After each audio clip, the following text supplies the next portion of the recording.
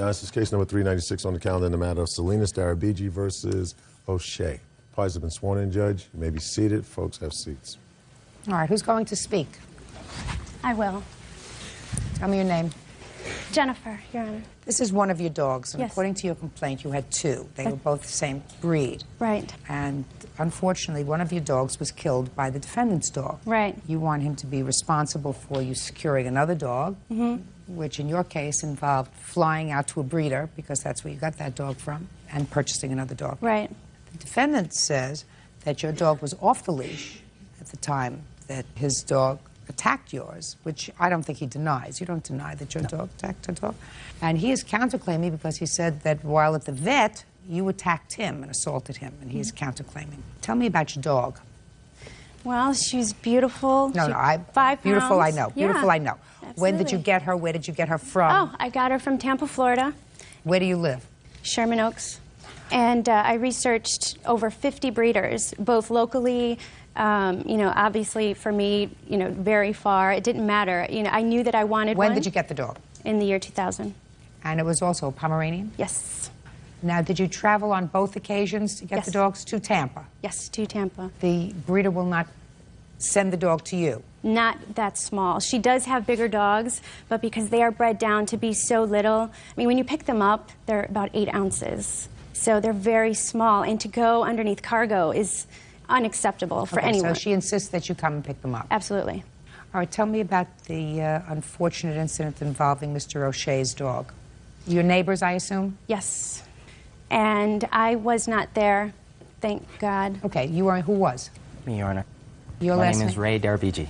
Do you live together? Yes. Yes. Tell me what happened, sir. Well, it was July 18th. My brother and I took out the girls, you know, just like every other night. The girls, you mean the two little Yeah, girls? yeah. And we placed them on the grass, and no longer than we put them on the grass, his two dogs came out of nowhere, and I immediately yelled at Rod to grab Princess, and she just kind of... She knew that Yeah, the dogs were going to attack her. She knew something was going to happen, so she really, you know, crept down. Rod scooped her up. That's my brother. And I tried to go after Prissy. That's the one that was deceased. And she was running away from him. And, you know, she had 2 pit bulls. You know, one was trying to, you know, get me, and the other one was going after Prissy. And... Okay, so Mr. O'Shea's dogs came out of his house? We don't know where. Yeah, Where did they come out of, sir? They came out of my apartment door. Okay. They Just weren't a pit bulls, by the way. What are they? They're mixes. They're much larger. Were you Oh, yeah, home? they're definitely larger. Were you home? Yes, I was. How did your dogs get out, Mr. O'Shea? Well, I was actually leaving the apartment, and I have a screen door, like a security screen door, which they can see through. And their dogs were at the end of my driveway. And our apartments are very close together.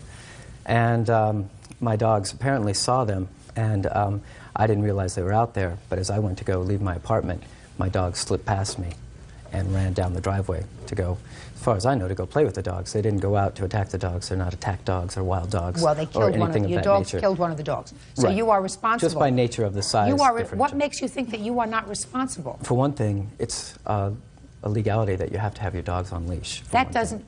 That It has, doesn't listen change. to me. Listen to me, Mr. O'Shea. The proximate cause of the death of her dog was not that it was off the leash. Well, when The animal control came cause- over, animal the control cause- came to my I'm apartment. speaking. My mouth is moving. The cause of her dog dying is because her dog was attacked by your dog that was off the leash. Correct. So, Her dog did not attack your dog. Your dog attacked her dog. well, actually, her dog ran up to my dog, so obviously there's a size differential there.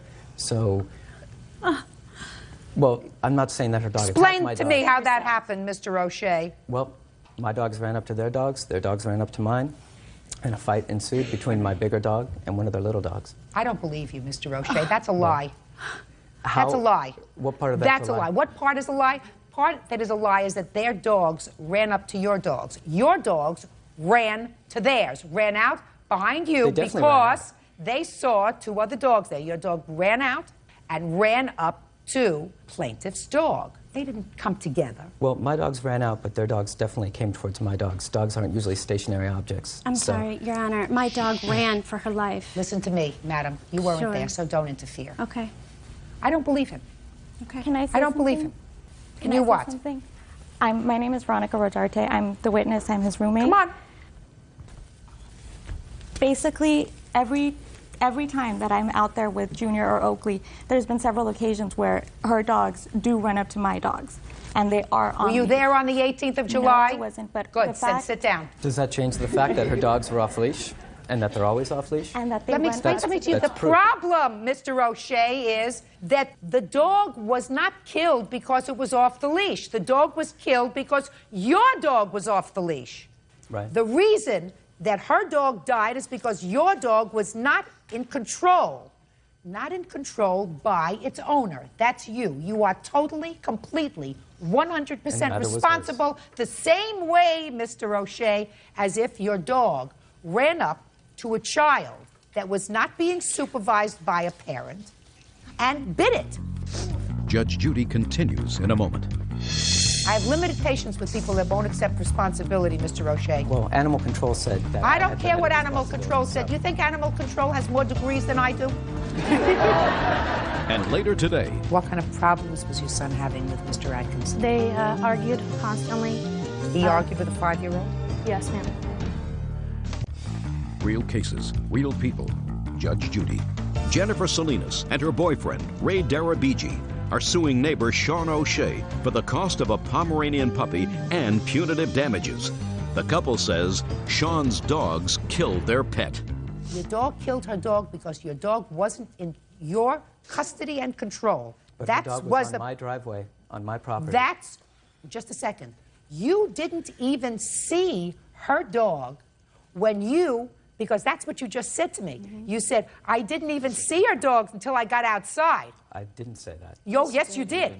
Yes, she did. Oh, yes, you did. Well, That's okay, what so you I'm said. inside my No, apartment. that's what you Okay. said. You said, I didn't even see her But the dog. second I stepped out of my apartment, I'm obviously seeing the dogs and my dogs. So I don't think I'm lying here. I think you're, Oh, you're yeah, mis- you're Mr. mistaken. O'Shea, yes, you were, because you said, I didn't even see her dog, Until I stepped out and of my all I apartment. saw was my dog scooting out. How long does it take somebody to walk outside their apartment door? Mr. O'Shea, you are 100% responsible. It's your dog. It's a big dog capable of causing injury. That dog has to be within your control all the time. If it's not, you are responsible. That's my law.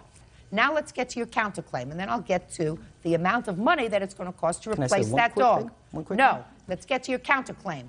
Okay. I have limited patience with people that won't accept responsibility, Mr. O'Shea. Well, animal control said that. I don't had care what limited animal control responsibility, said. so- You think animal control has more degrees than I do? Now let's move on to Probably your know exactly counterclaim. what they're Let's doing. move on to your counterclaim, sir. If animal Well- control had more degrees than I do, they'd be a judge and I'd be animal control. Now let's move on. Let's get Okay. to your counterclaim. So- I'm ready. Anyways, I arrive at the vet's office. My roommate James got out of the car with me. When I walked up, she was hysterical and crying and standing with a friend of hers a little ways down. And I talked with the plaintiff's brother. They told me that what the bill was, and I said, you know, I'd like to pay for that. And I wrote them a check right then. Good. And when Jennifer came close to us, she saw my roommate and, for whatever reason, assumed that he was the owner of the dogs. And she was pretty hysterical. At this point, she'd already fallen on the sidewalk several times and was crying hysterically and screaming. And she attacked my friend, James. How did with, she attack James? Well, she ran up to him, screaming and saying various things about her dog dying. And with closed fists, started hitting him in the head, in the face and neck. And James, to his credit, put his hands up and just stood there and didn't do anything. And this went on for about 25 seconds until somebody pulled her off of him. At which point, somebody, I guess, explained to her that they weren't James's dogs, but they were my dogs. At which point she came after me. And she started hitting me about the face and neck with closed fists. And I also raised my hands to protect myself because she swings pretty good. Okay, Ms. Salinas, let me hear about it. I'm not going to deny what I had done, but I was nuts. Okay, These that's dogs- not, Ms. Salinas, that's no excuse. No, these dogs That's are- absolutely no excuse. No, there is not. You're absolutely right. And the next day, I called him. My girlfriend that I was down the street with, I was holding her so tight, I left my nail marks in her back. Ms. Salinas. No, I understand. I called him the next day, and I said, Sean, Excuse me? He did not call me. My dog is dead. I saw what I had done. I took responsibility for, I realized then what I had done. I took responsibility for what I did. I called Sean and I said, Sean, please excuse my behavior from last night. I would never react that way. These are my little girls. These are my life. Please understand that. And he said, Jennifer, I understand. I would never, expect anything less than that. And he, Miss Salinas. To be attacked? Yeah, that's I exactly doubt that I what would you said. say You anything. understood, Sean. I understand somebody being upset Just a about second. losing the dog. No, I agree that But this assault, there's this no excuse for unacceptable assault. behavior. I do agree with you 100%. You have photographs of your injuries, sir? No, I don't actually. No, of course, because he had no injuries. How much did you pay for the dog, Miss Salinas? $1,200. You have the bill?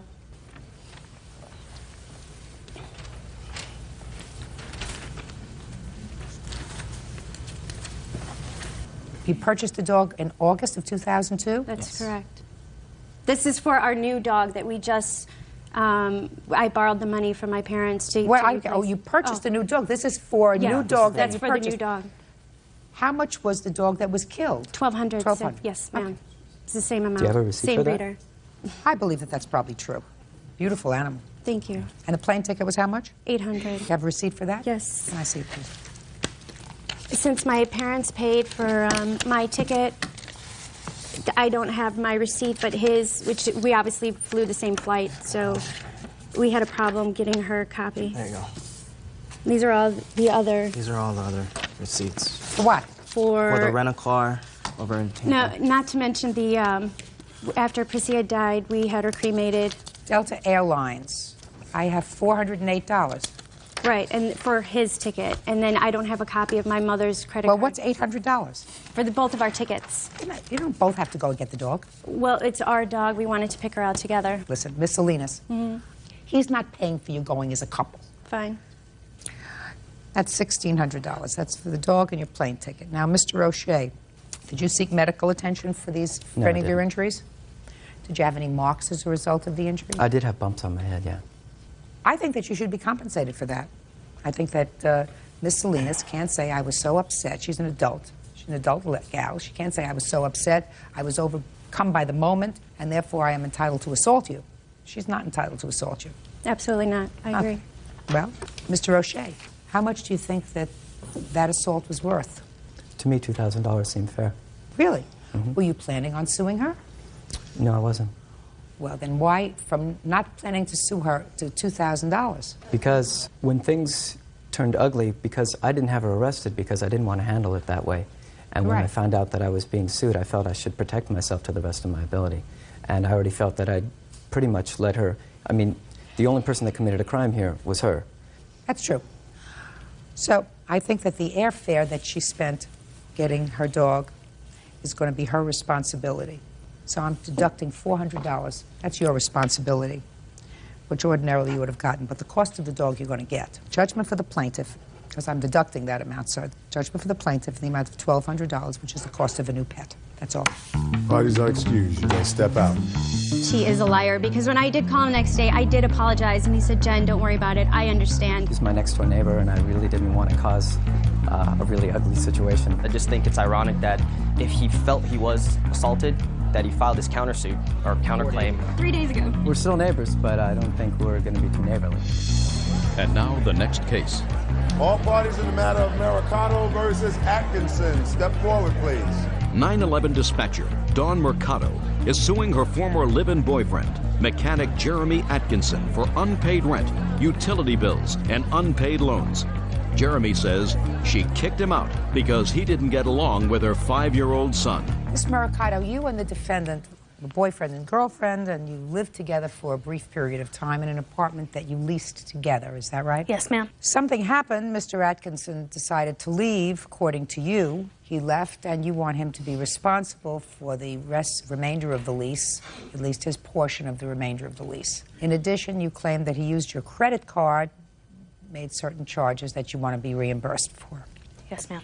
Mr. Atkinson says that you told him to leave the apartment. You actually kicked him out of the apartment, so why should he be responsible for the rent?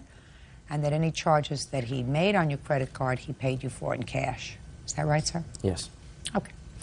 When did you move in together? He moved into my studio apartment with me in the beginning of May. and we moved into our apartment, which we had a signed lease on June 15th. So what happened? We got along very well until my son was diagnosed with having mixed ADHD. Him and my son had some problems. How old is your son? 5 years old. What kind of problems was your son having with Mr. Atkinson, or vice versa? They argued constantly. He argued with a 5-year-old? Yes, ma'am. What were you arguing with a 5-year-old about? It's just whenever you'd ask him to do something, he would say he'd do it and then wouldn't go do it. Like clean his room, he wouldn't do that. If you told him to go take a shower, he wouldn't do it. And I just didn't have the patience. We found that he had a hard time focusing, and that's why he was diagnosed. He went through several psychologists, psychiatrists, family doctors. He's now on medication, and he sees a psychiatrist anywhere from 3 to 4 times a month. He is having a lot of improvement, and he had made the comment to my mom and dad that he thought Mr. Atkinson was a monster and that he was afraid to leave with him.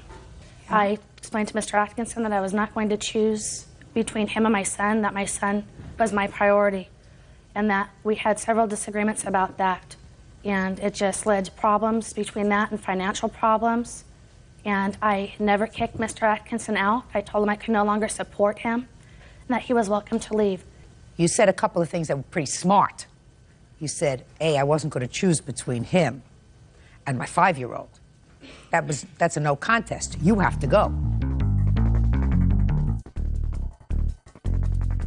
I am not finding that by your saying to him, there's the door, he did not take that as, I better get out of here or there's going to be difficulty. He says you threw him out. I think that that's what happened. Whatever, he's not going to pay the rent. Now let's hear about the credit card. On several occasions, Mr. Atkinson asked to borrow money with the intention that he would pay me back. Yes, it's true, Your Honor, but the majority of the time, money was reimbursed on my payday in the form of cash, or if I did any side work, she got the money from it. Is that true? He would give me cash for some of it, ma'am, but these are the things that he has not reimbursed me for. Did you keep a running log of how much he spent and how much he reimbursed you when he paid you in cash? No, ma'am. Then I'm not getting involved. There is absolutely no way of you determining, at least for me, how much he owes you in the months that he lived there when you had this rather fluid financial arrangement. It's over. You made a mistake. Put a period. Move on. Your parents live close by? About 30 minutes away, ma'am. Do they help you? As when they can. Good. You have another few months to pay this rent. You're going to stay in the apartment or not? Yes, ma'am. I cannot get out of the lease. Good. That's what I think you should do. Goodbye. Calendar in the matter of Nelson versus Harrell. Parties have been sworn in, Judge. You may be seated. Ma'am, have a seat, please. Mr. Harrell. Yes, ma'am. Where were you on the 4th of July of last year, sir? I was at a party with a friend, at a friend's house. You were all in the backyard? Yes, ma'am, that's correct. You were lighting fireworks? No, ma'am, that is not correct. You were not lighting fireworks? No, ma'am, and I have a witness that can attest to that fact. You were never lighting fireworks? That's correct. Okay, good. Then, Miss Nelson, it is your claim that the defendant, while at a party at a neighbor's house, was lighting fireworks, and the fireworks sparkled over that he was lighting and damaged your car. You want Mr. Harrell to pay for the damage to your car? Yeah. That's correct. Okay. Did you see him actually light any of the fireworks? He physically admitted to us that it was him that shot the fireworks off. That's a lie, Your Honor. I don't want to hear you. That's a lie. When I ask you a question, you'll answer the question. Do you understand? Yes, ma'am. Good. By the way, would you give Mr. Harrell this and ask him if this is his signature?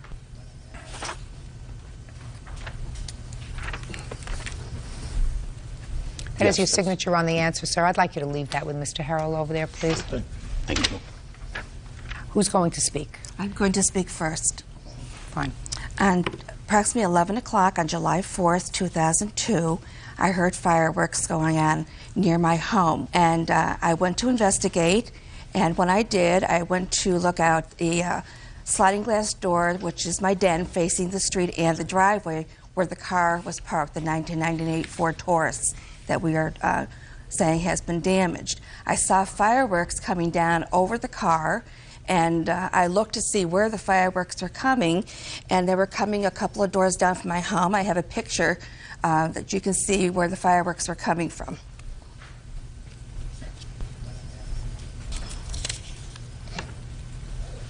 Are you behind the fence or in front of the fence? My house is in front of the fence, okay, and the fireworks were coming from behind the fence. Okay. And I also want to add, at the time that the fireworks were being shot, that tree that you see was in bloom. And the fear of that tree being caught on fire that close to our homes was also causing me to be very worried that, you know, a fire could catch onto my house. Who was the neighbor? The neighbor, his name was, I want to give you a sheet of paper that he gave me his name, address, and phone number on, and also is standing by a phone right now if Judge Judy would like to call him, and he will confirm that Kevin Harrell was at his home and he was the one shooting the fireworks. Just tell me what you saw. Okay. May I see the picture that she gave you? Sure. Thank you. Okay. What I saw, I walked over, I am disabled, I walked over to the house, and when I got to the door, Kenneth McLemore identified himself, and his girlfriend was there. And the door inside? Inside, yes. They were inside? They came to the door, they were inside. When I told them what was happening, they apologized, and they said they would go and tell Kevin to stop shooting the fireworks, and apologized for it, and said that they had told him not to shoot the... Okay, seriously, I'm sorry. Okay, so I walked back, as I was walking back to my house, another set of fireworks went off at that time. I hollered to my daughter, she ducked because they were coming on top of her and the car. So I went into the house, called the police, and the policeman arrived, and here's his name and the police report. Can I see the police report, please? And I'm also providing what the Virginia Beach Code is regarding lighting of fireworks in our area. You can leave the code there. Okay. I'm not I'd like to interested see in a the copy of Virginia that Beach police Code. report, because the officer, Can I see the police report, said please? there was no report being filed due to the see the fact police that report, there was please? no damage, Can I and see the also police due to the report? fact that there was Tell him to numerous be quiet, fireworks being please. lit off in the area. I'm not paying attention to him. When it's his turn, he can speak. Try to explain that to him. Bird, would you explain that to him? Sure. When it's his turn, when the judge looks at him and asks him a question, he can speak. Watch her. Speak when spoken to. You're going to be all right. Yes, sir. My man. Thanks, Bird. No problem. Next. When the policeman came, he went over to the house to discuss the issue of them shooting the fireworks off. After the policeman walked back to my house, Kevin and Kenneth and I think another friend of theirs came over, and Kevin said, "Let me see what damages I did. I didn't do any damages." And he looked at the car and he said, "That's just dust on the car." My daughter then said, The dust was multicolored. It was red, white, blue, black, orange specks all over the car. So it wasn't not dust, it was ash. Well, the covered with ash doesn't necessarily mean that the car was damaged. That means it was dirty. If it caused damage, I'm going to see that in a minute. But first, I have to determine if there is any liability on his part. Okay. Do you understand? Yes, I do. Okay. Mr. Harrell, I want you to read to yourself the answer that you filed in this case. Yes, ma'am, it's accurate. I want you to direct my attention to the answer, which is lengthy, where you say, "I was not firing off any fireworks that evening." Just point to the line. Bird, would you go over to Mr. Harrell, please, so that it'll be easier for me to follow. Mr. Harrell is going to point out to you the line where he says, which would be, of course, the most important thing in his answer, "I was not lighting any fireworks that night." Your Honor, this deposition... Just point to the line, Mr. Harrell. It's not here, Your Honor. That's right. It sure isn't. Thank you, Bird. Finished. Yeah, we're finished. Now, Mr. Harrell, common sense would indicate that if you are accused of a crime, the first thing that you say is, "I did not do anything. I did not carry the gun. I did not use a knife. I did not light any fireworks. I did not hit the car." Right, I understand that. There was no damage. It was just dust. Your Honor, We I said, have a witness that was speak present. not, sir. I'm not interested in your witness because I'm not quite sure that your witness at this time wants to fall into my mouth. You understand what I'm saying to you? Yes, ma'am. Good. Judge Judy continues in a moment. If you lie in court, you're supposed to be consistent. Otherwise, you're going to have somebody make a fool out of you. And later today, she induced me to accept her to pay these things. She didn't want me to go back to work. She wanted a companion at the time. Real cases, real people. Judge Judy. Gail Nelson and her daughter Jennifer claim Kevin Harrell is responsible for ruining their car's paint job. The women say Kevin was shooting off fireworks in the direction of their vehicle. When somebody is filing an answer where he says not guilty, he's saying not guilty because I didn't do it. Not guilty because there wasn't any damage.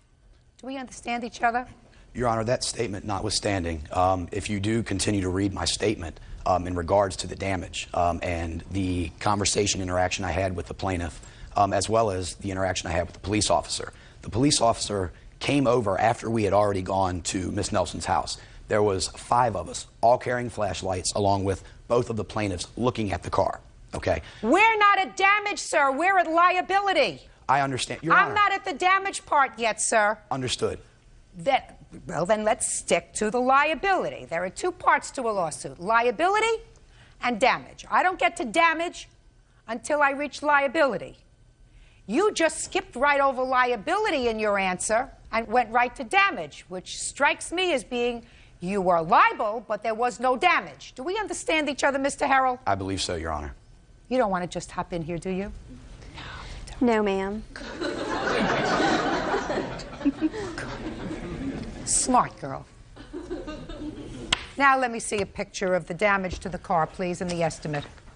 Your Honor, can I see the initial picture that the plaintiff presented to you? Now, I promised that you could do that, sir, so I'm going to show you that, and I'm also going to show you the police report. Thank you, Judge.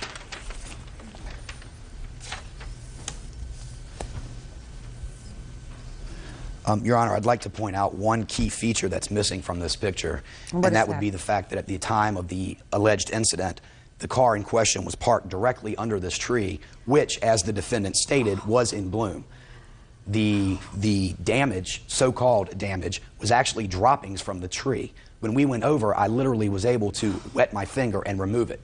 Miss Nelson, having seen this, said, well, okay, someone needs to come wash my car tomorrow. The host of the party agreed. The following day, she said she changed her mind. Mr. Harrell, we're not there, sir. Sorry, Your Honor. I first have to make a judgment that you were responsible for the fireworks. I believe you were. Now the question is, am I satisfied that the car was damaged? I would like something, them to point out something to me. Your Honor. In this paper that they just gave me where it says, what's wrong with the car? I'm missing it, and there are 5 pages there, so just find it.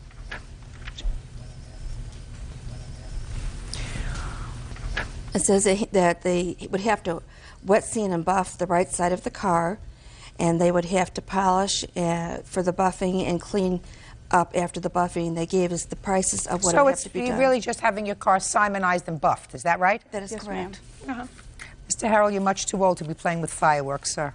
And if you play with fireworks and if you cause damage to somebody's property, even if it's just annoying damage that requires their car to be Simonized, you're supposed to accept responsibility.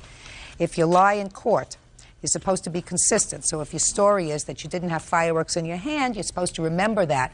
You're supposed to remember from the time you file your answer to the time you actually testify. Otherwise, you're going to have somebody make a fool out of you. Judgment for the plaintiff in the amount of $205. That's all. Thank you. Parties are excused. You may step out. If she needs money that bad, get off welfare. Get a job. That's what the rest of us do. I am not on welfare. I am on permanent Social Security disability. So I hope she enjoys her $200. Maybe she can get her hair done or, you know, slim fast or something. We'll see. I said, why would you want to pay court costs? This is a very black and white situation. And he said he thought it was frivolous. Bottom line is, Miss Nelson wants something for nothing. And now the next case. All parties in B. Miller versus Stewart. Step forward, please. Linda and William B. Miller are suing their former friend, social worker Peggy Stewart, for an unpaid loan. Peggy claims she never borrowed any money. Mr. and Mrs. B. Miller, it is your claim that you made 2 loans to the defendant, totaling in excess of $10,000.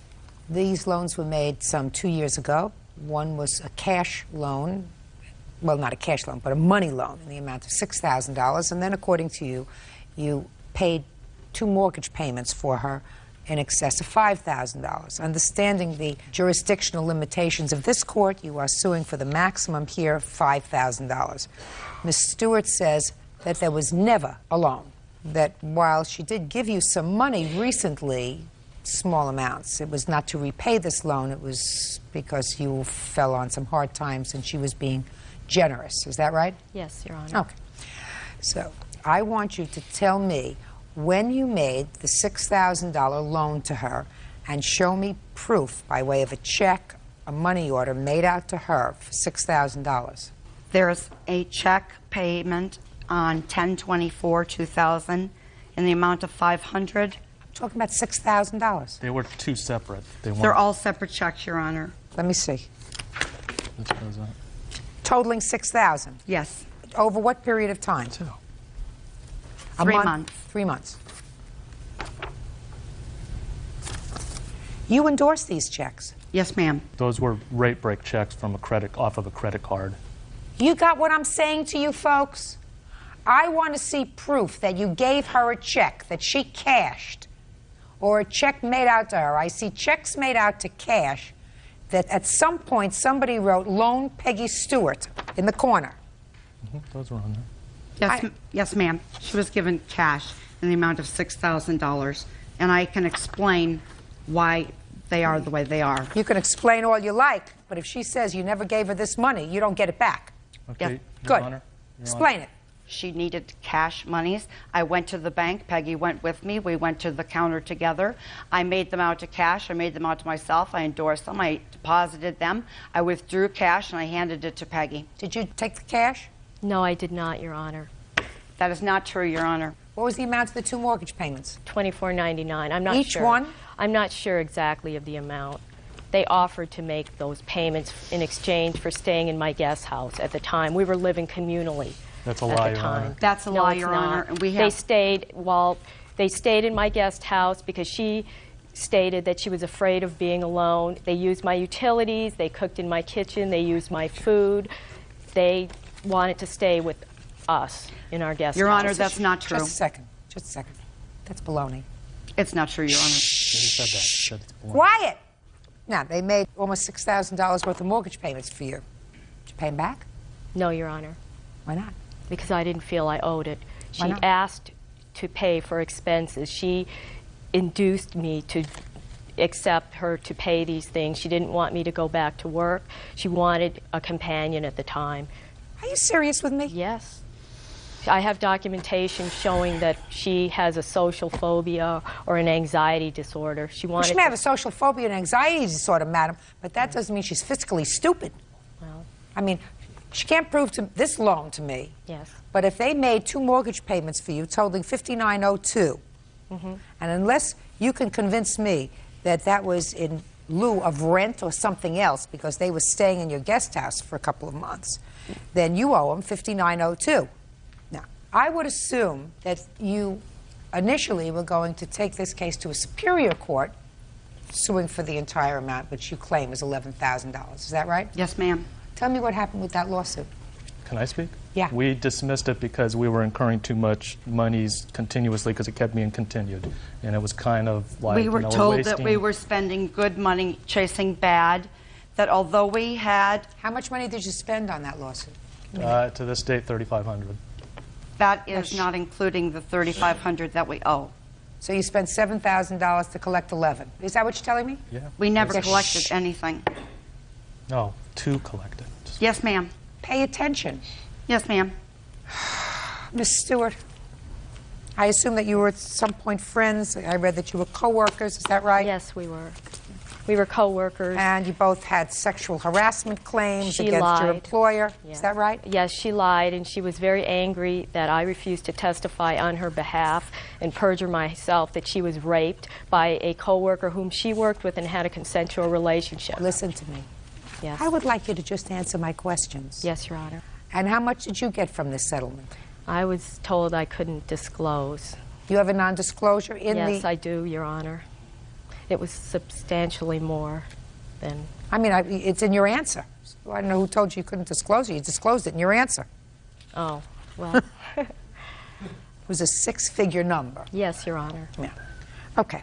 You owe them $5,000. My maximum jurisdiction is $5,000. You actually owe them $59.02 for the 2 mortgage payments that they made for you, and that's discounting the $6,000 loan, which they have no proof of. All I can tell you is, folks, if you do make a loan to somebody, don't be a jerk. Right. You know, you're supposed to get it in writing. You say, listen, I'd love to give you the money without a writing. Your Honor, this is case number 28 on the calendar in the matter of Hamilton versus Hamilton. You're welcome, Judge. Parties have been sworn in, Your Honor. You may be seated. Sir, have a seat, please. Mrs. Hamilton, this is your stepson. Is this your husband? Yes. Oh, a little background.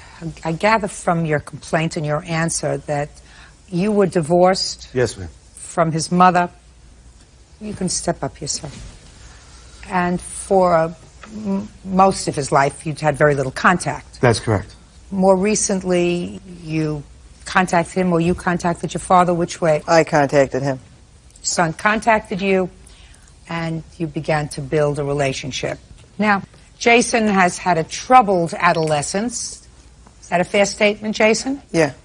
And it is your claim, Mrs. Hamilton, that your funds were used to help Jason out when he got us into some trouble with the law. Yes.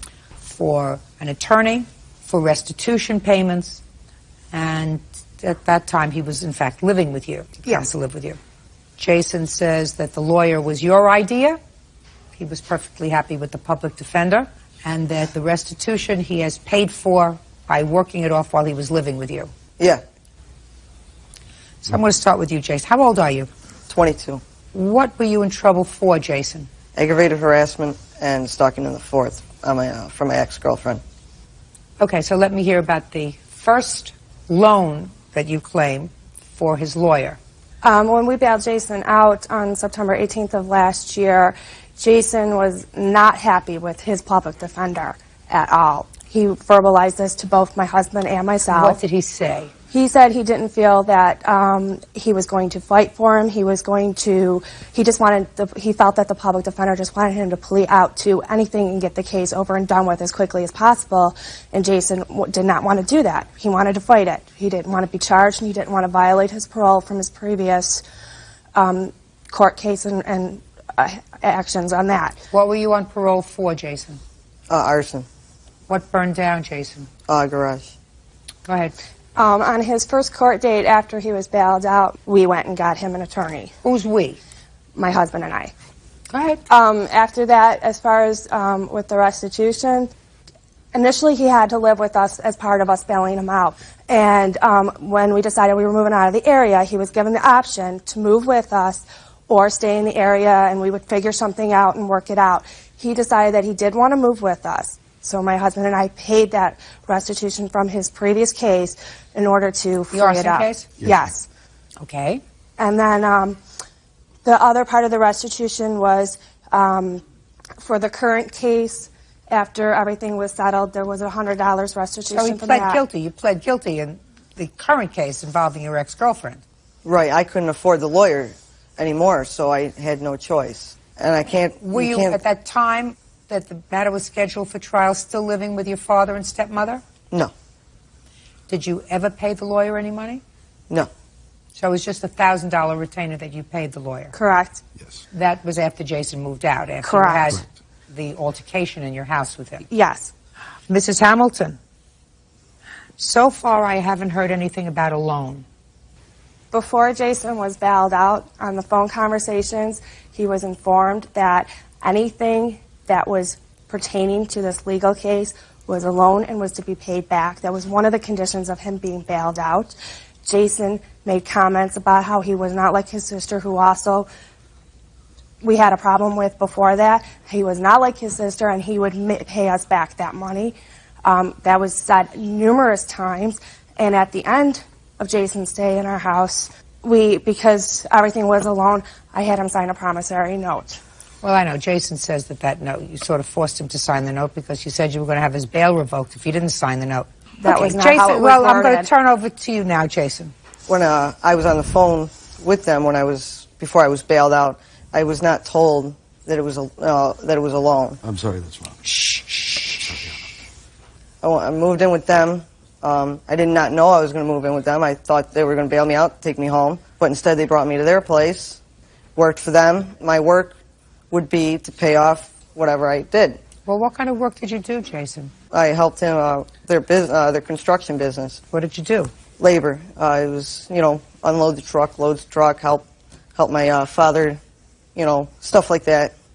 As far as me with my restitution, like I said, I never asked for the money. I never asked for any of it. I just simply said, when they went to pay it, I said, you don't have to do that. They said, oh, no, don't worry about it. I said, No, okay. that's not what parents say, Jason. They don't use the word, oh, don't worry about it. They might have said, when you get yourself together, we hope you'll pay us back. Does that sound right? Huh? Yes, yes. That sounds right. You know, life is so simple, Mrs. Hamilton. That's what parents say, even if they have an ongoing relationship with their children, if money is tight in a household. You don't say, well, this is a loan, and you will pay me back so much each month on this loan. Your Honor, at the beginning, he did agree. Before I bailed him out, I told him, if I bail you out, you've got to pay this money back in a timely fashion, and you've got to get your act together, because the lifestyle he was living is totally, I'm afraid he's going to end up in jail for the rest of his life. Where's your mother? It's in the back of Buffalo. Did you live with her all your life? Yes. Are you still in touch with her? I live with her right now. You have a sister?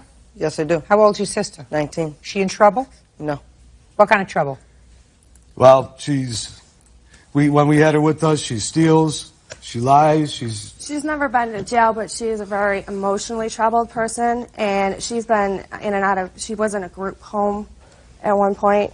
Jason, tell me about the conversation you had with your father about the lawyer, about the public defender. I was going to get a new PD to begin with, because the guy that was representing me, he just didn't know what he was talking about. He had no clue. What do you mean? Just a second. What do you mean you were going to get a new PD, public defender? You think that they give them out if you don't like one, you get a chance to get another one? Well, that's what they were going to do. When I got rid of... You live in a very good jurisdiction. If a criminal defendant came before me and said, I don't like that lawyer, I want to get another lawyer, you know what I would say to them? Go hire your own lawyer. You want to pick and choose? Go hire your own lawyer. This is the public defender for the day. You don't like this one? Get some money and go hire your own lawyer. You know, this is not one from column A and one from column B. You get one chance. Do you understand, Jason? Yeah, I understand. Good. Are you working now? Yes, I am. What kind of work are you doing? I'm a barback at a banquet hall. Hope this New York State Liquor Authority doesn't know about that.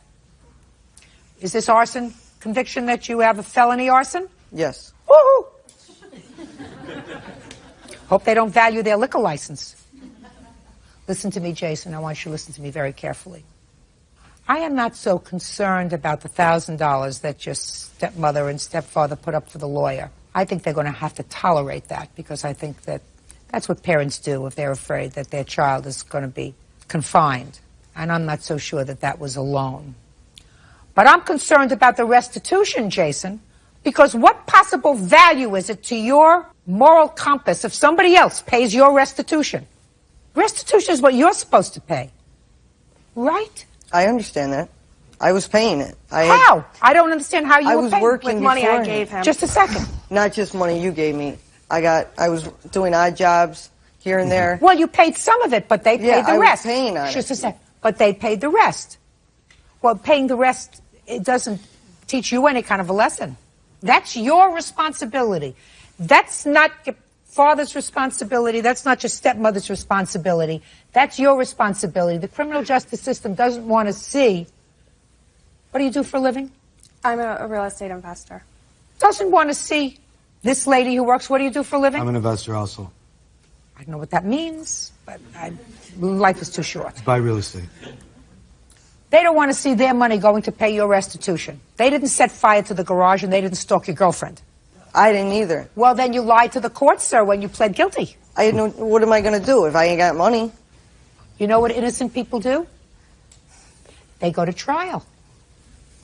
You have just a second, Jason. You're 22 years old. Is that Yes. what you told me before? How many times have you been arrested? Think. I'm going to give you 5 minutes. How many times have you been arrested? 13 times. 13. Shh. Come on. 13 times. 22 years old. And how many convictions do you have, Jason? I have 4 convictions. I have 5 children. How many kids you got? 4. 9 children altogether. Not one arrest. Judge Judy continues in a moment. And later today, Miss Knapp, someone tried to kill me with a car. I wouldn't get into bed with them for a deductible or anything else. real cases, real people. Judge Judy. Nicole Han Hamilton says her stepson, Jason Hamilton, owes for loans to retain an attorney and to pay restitution. Nicole says Jason has been arrested for arson and stalking. You've been arrested 13 times. That cannot all be a mistake. The 4 times that you were convicted is not a mistake. The last 2 times that you pled guilty, I mean, you know the system, evidently. You're smart enough to know the system. That if you want a new PD, all you got to do is stamp your feet around, say, I'm not getting good representation. What you're supposed to do is not do things that get you into any trouble. Do you understand? I know that. Okay. And if you didn't learn the first time, and if you didn't learn the second time, the 10th time, you should have learned. By the time you got to the 12th time, it should have been bells go off in your head. Now you're at unlucky 13. Jason, you're 22 years old. You want to die? No. You don't care? No, I care. I'm working now. I'm going for my GED. I have my life on track. Good. That's then what pay your restitution. The lawyer, it's yours. I He's just going wanted him to learn a lesson. He's on going to pay his responsibility. restitution. Judgment for the plaintiff in the amount of $695. That's all. Thank you, Aaron. Parties are excused. You may step out. I look at them as just white trash. What are they going to do? Sue their own son when he hits 18 for all the stuff that they paid for him? As people can see, he is a punk. He'll always be a punk. I wash my hands with him. I got a beautiful 14-month-old son. I'm doing it right this time. Smoking pot. I'm in probation. I don't want to get involved in no pot. He's the one that smokes the pot, and I told him I didn't want it in my house. I don't have a father. That's the way I look at it. I'm here to guide you and show you the proper way. If you don't want to do that, I'm done. And now the next case. All parties in the matter of Knapp versus Wheeler. Step forward. Delivery truck driver Barbara Knapp is suing her ex-boyfriend, steelworker Claude Wheeler, for purposely driving her van into a ditch. Claude claims he swerved to miss a deer. Ms. Knapp, it is your claim that Mr. Wheeler, who used to be your boyfriend, wrecked your car. Correct. And in addition to the damages to the car, you want some money for pain and suffering. I don't know what pain and suffering you want. You'll, I'm sure, explain it to me. Tell me about the day of the incident. Okay, on December 28th, I do believe, we went grocery shopping, stopped at a bar and had a few drinks and was coming home and... Okay, what time did you get to the bar? 8 o'clock. 8 p.m.? 8 p.m. And how long did you stay at the bar? Oh, possibly an hour maybe. No, not that long because we had groceries in the car, so about an hour then, say. Is that right, sir? Correct. Okay, you stopped at a bar, groceries in the car, went home, on your way back to the grocery. On our way back home, and we were discussing just things, and an old boyfriend was brought up because he was apparently came into the bar, and I had made his comment that he's still loving my life, and he didn't like it, so I don't know what was said, but then he swatted me upside the head, in the back of the head, and then I had told him that that was it and it was over, and he proceeded to say, oh, I'll show you that, and he drove my car down into the ditch. The next thing you know, a pole's coming, and we were headed straight for the pole, and he turned it just enough to go past the pole, but in the meantime, we kind of got wedged into the ditch and had to go out the windows to get out, and then I was just kind of in shock, I do believe, and okay. That was that. Well, we were driving home that night. I had a few drinks, and we were arguing, and I was looking at her. Try looking at me. I don't recall slapping her upside the head or striking her. We were arguing, and I was looking at her, and when I turned my eyes back to the road, there were deer in the road, and I swerved to the right to miss the deer, and as soon as we got to the edge of the road, the snow sucked us into the ditch. I didn't do it intentionally. Don't remember the deer? There was no deer. He did it on Okay. purpose. And you issued a report? Mm-hmm. You have a copy of that report? Yes, I do. I'd like to see it, please. That is the traffic report. Okay. Shh. You have any other police reports? No, I went to the trooper's barracks to try to get the actual report from my statement and his statement, but apparently they do not let that out. They don't. Your Honor, I have a signed statement of her from the night of the accident. Can right I here. see it, please? That's what I'm looking for.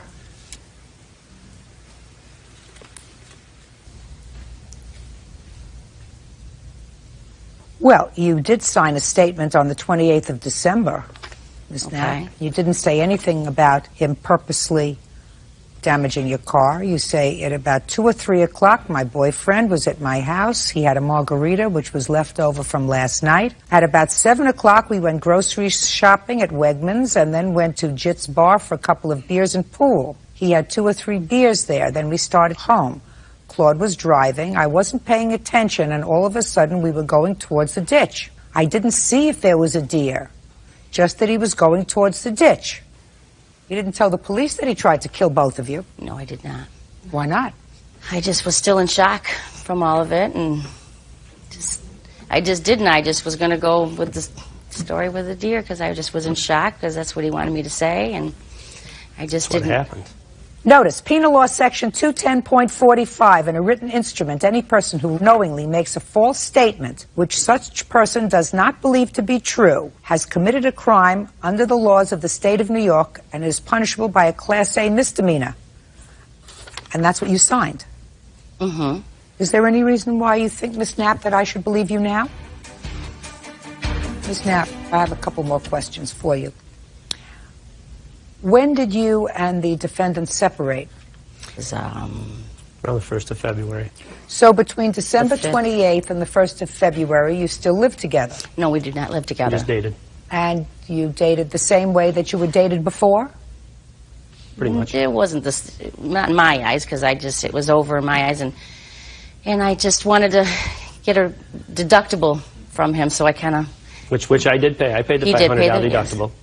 But I figured if I broke up with him, I wouldn't have seen any money or nothing, so I kind of just had to hang in there to get my deductible. And then a month and a half later, 2 months down the road, she's after for this $5,000. That's not going to happen. Thank you. Ms. Knapp, if someone tried to kill me with a car, I wouldn't get into bed with them for a deductible or anything else. And if you did, that's your problem.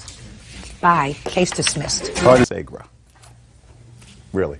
Parties have been sworn in, Judge. You may be seated. Gentlemen, have a seat. Ms. Pugatch, what's your first name? Sandra. Mr. Gunasegra, your first name? Surya. How long have the two of you been dating? We dated for about 2.5 years. Did you live together? No. But it is your claim that while you were dating, you made a series of loans to him. Yes, Your Honor. Mr. Gunasegra says there were no loans, just the give and take of a normal dating relationship, and he acknowledges that you laid out some money for him. He said that that's part of the dating relationship. Is that right, sir? Yes, that's correct. Okay. When did you start dating? We started dating in October of 2002. And when was the first loan that you made to him? In July of 2004. What was it for? It was for a trip. We went on a couple of trips after he got back from Europe after he graduated from college. And the first trip we made was with his parents to Canada. And when we would go out, I would pay. And he would always say, oh, when we get back and I get a job, I'll pay you back. And then we went to my hometown in Georgia, and I paid for the hotel, and we went out to dinner. And he said that he would pay for half of it when we got back, and he got a job. Well, did he ever get a job? No. Huh? No, Your Honor. He never got a job? Not until recently. What's next? In August, I went to Barcelona to study abroad for the semester, and I thought he was going to stay home and get a job so he could finally get the money to pay me back. And I would question him on if he's been applying to jobs. He would say he would go into interviews, so I figured he was on a line to get a job eventually, hopefully sooner than later. Go ahead, Sandra. I'm listening for the rest of the loans. Okay, so then he moved to Europe, and he eventually came to Barcelona, and I paid for his rent while he lived there, and I paid for his food, and anywhere we would go out, I would pay. And every time I would give him money, he would say, don't worry, you know, when we get back, I'll get a job. I promise I'll pay you back. Keep going. Then we finally came back to the States, and he was going to interviews quite often. He would say he got a job offer, but then wouldn't take it. Keep going with the loans, my dear. So in March of 2005, we took a trip to Las Vegas, and I paid for everything while we were there. And then I really just got tired of him not paying me back. We got back home. You say in your complaint that he wanted $500 to gamble with. Yes. And you gave it to him. I did. Who are these two gentlemen over here? This is my roommate, Danny McGee, and he was in Vegas with us. And then this is my friend, Devin, and he is a mutual friend of ours. He used to hang out with us. He would see me giving Surya money all the time and him promising to pay me back. Well, I want to hear about the promise to pay you back. Raise your hand, please. Sorry, my name's Danny.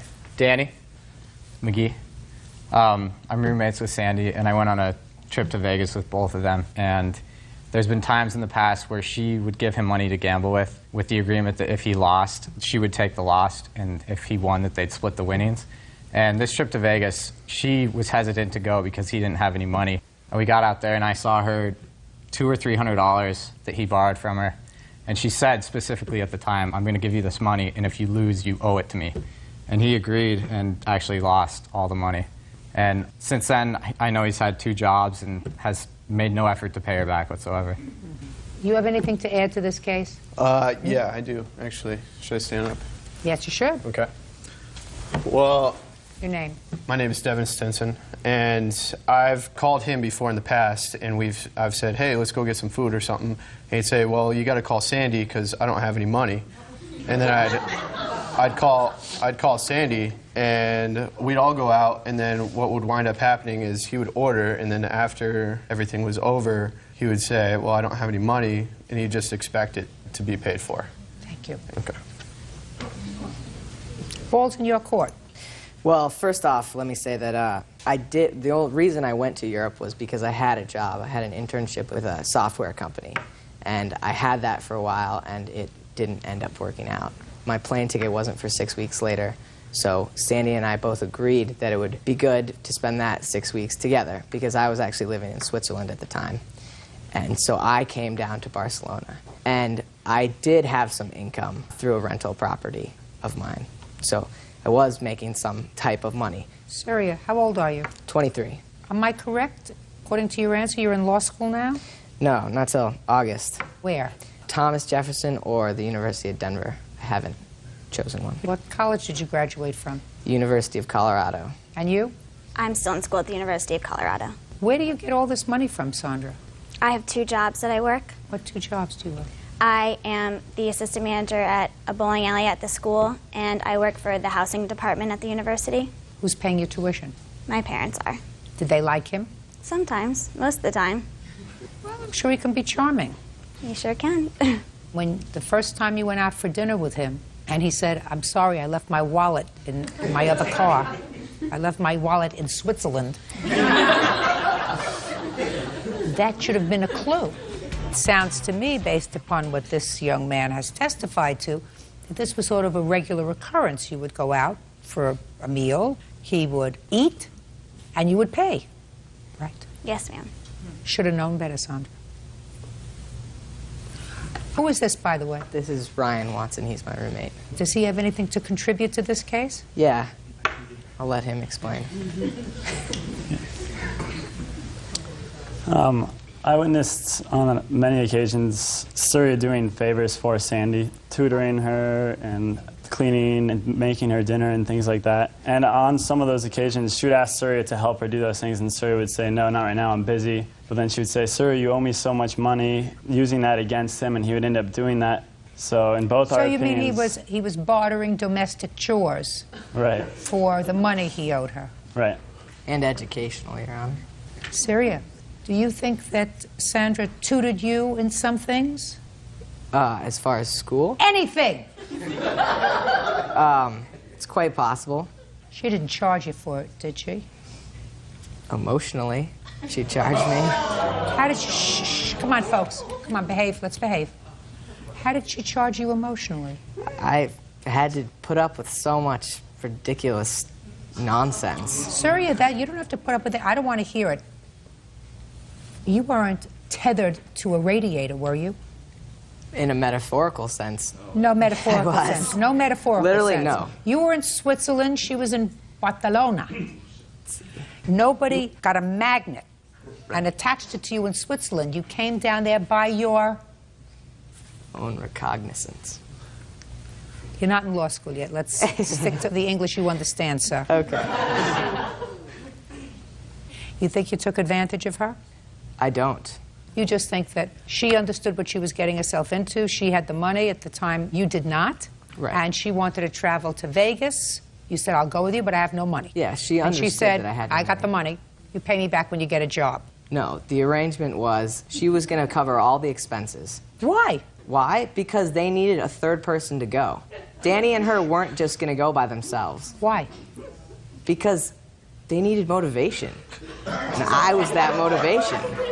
Sandra, Yes, you schlepped around with him for 2 years. Yes, Your You Honor. let him take advantage of you for 2 years. So then what you do is you say, thank God I figured out that this was not Mr. Right.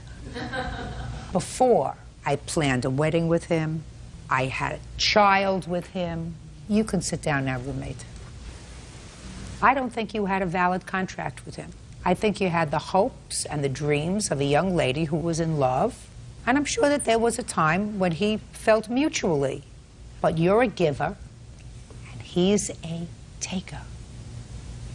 Somehow in his own mind, he is entitled to take. Where are your parents? In Santa Monica? Did they indulge you? Not really. Sounds to me as if you've been indulged. Switzerland, Barcelona, working, not working, looking for just the right gig. Your girlfriend takes care of you. There's a sense, Syria, of entitlement. Shh, do not answer. Now it's my turn. Sandra may find you irresistible, I guarantee you, sir. I do not. So, Sandra, I wish in my heart I could say to you, you had a valid contract, which is the only thing that I'm here to address. You did not have a contract recognized in the law for him to pay you back.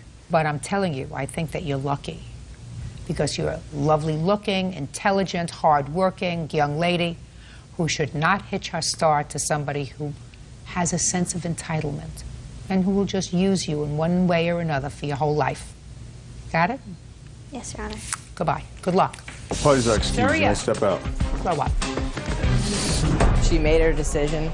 That's fine. I hope Sandy has a great life, and I wish her well. We were in a relationship, and when you're in a relationship, you do things together. You cook dinner and you clean. They're about sharing and trust. You help the other person out when they need help, and that's all part of a relationship. And we loved each other. I've learned to not just give out my money to people because I think I'm in love. She gave up believing in me. Obviously, it didn't work out for me this time, so I'll just keep my money in my pockets. And now the next case. All parties in the matter of Grimm versus Bynum. Step forward, please. Student Ingrid Grimm is suing the great-grandmother of her daughter's friend, Amy Bynum, for damage to their pocket bike. Ingrid says Amy's great-granddaughter, 9-year-old Michaela, wrecked it during a birthday party. Miss Grimm, your daughter was having a birthday party. What birthday was she celebrating? Actually, it was two of my daughters, my 11-year-old and my 13-year-old. How many children did you have at the party? There was approximately 20 to 25 children. And Miss Bynum's granddaughter was one of those children, and you are her guardian, is that right? Yes. It is your claim that Miss Bynum's granddaughter rode a pocket bike. It's a motorized bike, is that right? Yes, gas. And she damaged the bike. You want her grandmother to pay for it. Yes. Tell me how that happened. Well, it was understood at the party. Don't tell me what was understood. Just tell me what happened. During the course of the party, we had allowed the children to ride. We have approximately 8 different bikes. And they were given certain rules that they had to follow in order to be able to ride the bikes. And Michaela did not follow those rules and therefore damaged the bike. What rule didn't she follow? Well, they were only supposed to go a certain distance, still within visual range of our house, which is approximately 8 to 9 houses, which is 1 block's length. Turn around and come back. And then she was supposed to take turns. And who was watching them at that time? I was outside in the garage, and then my boyfriend, Rodney. Well, who was watching Michaela? That's Michaela over there? Yes. Who was watching Michaela? Everybody was, because the children... No, not everybody. Were you watching her? No, not at the time. Judge Judy continues in a moment. Miss Grimm, I'm going to ask you a couple of more questions. Okay. Then I'm going to end this torture. Real cases, real people. Judge Judy. Ingrid Grimm says 9-year-old Michaela Nash wrecked her twin daughter's pocket bike while riding it at their birthday party. Michaela's great-grandmother, Amy Bynum, says Ingrid allowed Michaela to ride the bike without her consent. Michaela, I want you to stand up next to your grandma, okay? How did you know that Michaela had damaged the bike? Did somebody come and say Michaela fell off the bike? Yes. It was about 5 children that had come and told us that. Who did they come and tell? They told both me and Rodney. So that what you're telling me, Miss Grimm, is that neither you nor Rodney were watching Michaela. Is that correct? Yes, we were. You weren't. Because you just said to me, 5 children came and told me that Michaela had had an accident on the bike. And I said, who did they come and tell? And you said they came and told me and my boyfriend, which suggests to me that neither you nor your boyfriend was supervising the child when she was on the bike. Right? Okay, you can say that, yes. You see, you don't have to say anything yet. You're going to tell me what happened to the bike, Michaela, very fast. Tell me what happened to the bike. I ran into the curb and then the bike and the tire wouldn't move. Were you driving someplace where you weren't supposed to be driving? No. You were driving up the block? Mm-hmm. Had other children driven to the same location? They drove a little farther. Really? And who was watching you when you were driving? Rodney. Rodney. Where was he? He was at the house. Was he there when the other children were riding further than you rode? Yes. Were you hurt? No. Miss Grimm, I'm going to ask you a couple of more questions. Okay. Then I'm going to end this torture. Let us say, Michaela, who was driving a motorized bike in the street. The law permits you to do that? Yes. How fast do they go? Anywhere from 15 to 20 miles, I think. 15 to 20 miles an hour? Yes. How old are you, Michaela? 9. Miss Grimm, let us assume that, heaven forbid, Michaela had an accident on this bike and was injured. Do you think you would be liable for her injuries? Yes. Why? Well, because she was at my party that I was supervising. Correct. Mm-hmm. So why in the world would you think that her grandmother is responsible for the damage to the bike? Because she did not follow the rules and she went further than where she was supposed to. That was your responsibility to make sure that she didn't, not her grandmother's. When you invite children to your home to a birthday party, you become an insurer of their well-being. It is your responsibility to supervise them all the time that they're there. And if you elect to allow them to ride on a vehicle that can go 15 to 20 miles an hour, if there's an accident, you are 100% responsible. Did you tell her grandmother you were going to be allowing her to drive that bike? All the parents were aware. Were you made aware of that No, fact? I was not. I asked you whether you made Miss Bynum aware that you were going to allow her granddaughter to ride this bike. All the parents were aware. No, you can't answer the question, Miss Grimm, by saying to me all the parents were aware. You can't tell me what they were aware of when I ask you a simple question, which is, did you tell Miss Bynum that her granddaughter was going to be using a motorized vehicle? I told all the parents of When the children. did you tell Miss Bynum? Well, when she dropped the children off. What did you tell Miss Bynum? I let them know that... No. What did you tell Miss Bynum? What did you tell Miss Bynum when she dropped off Michaela? Well, we introduced ourselves, and I thanked her for allowing her granddaughter to come to the birthday party. I let them know that what was... Not you let them know. I want you to tell me what you said to Miss Bynum.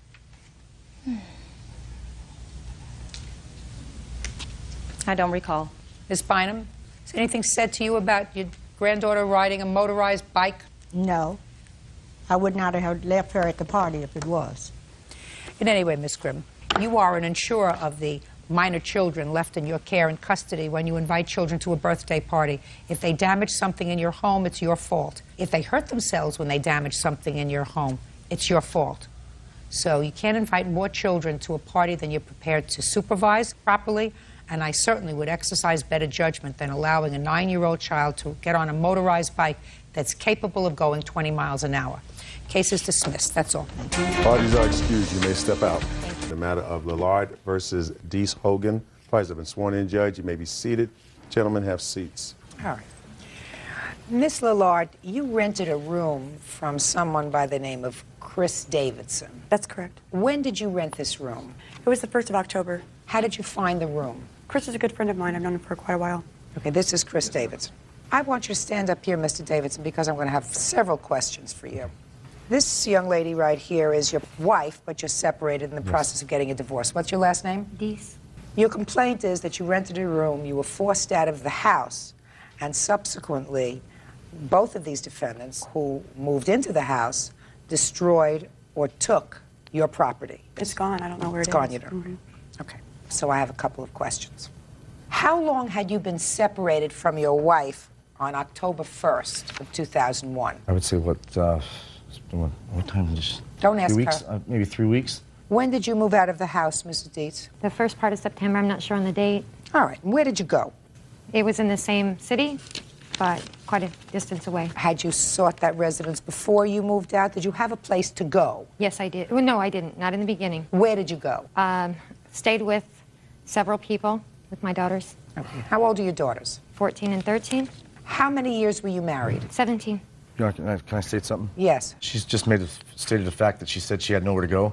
They had a house rented that they both went to. And Who's rented both? You mean her these and two Hogan. people who are Yes, they holding did. hands? I came home to an empty house. These two people Yes. who are holding hands Yes, Your Honor. moved someplace Yes, together? they went and sought a house and rented it together.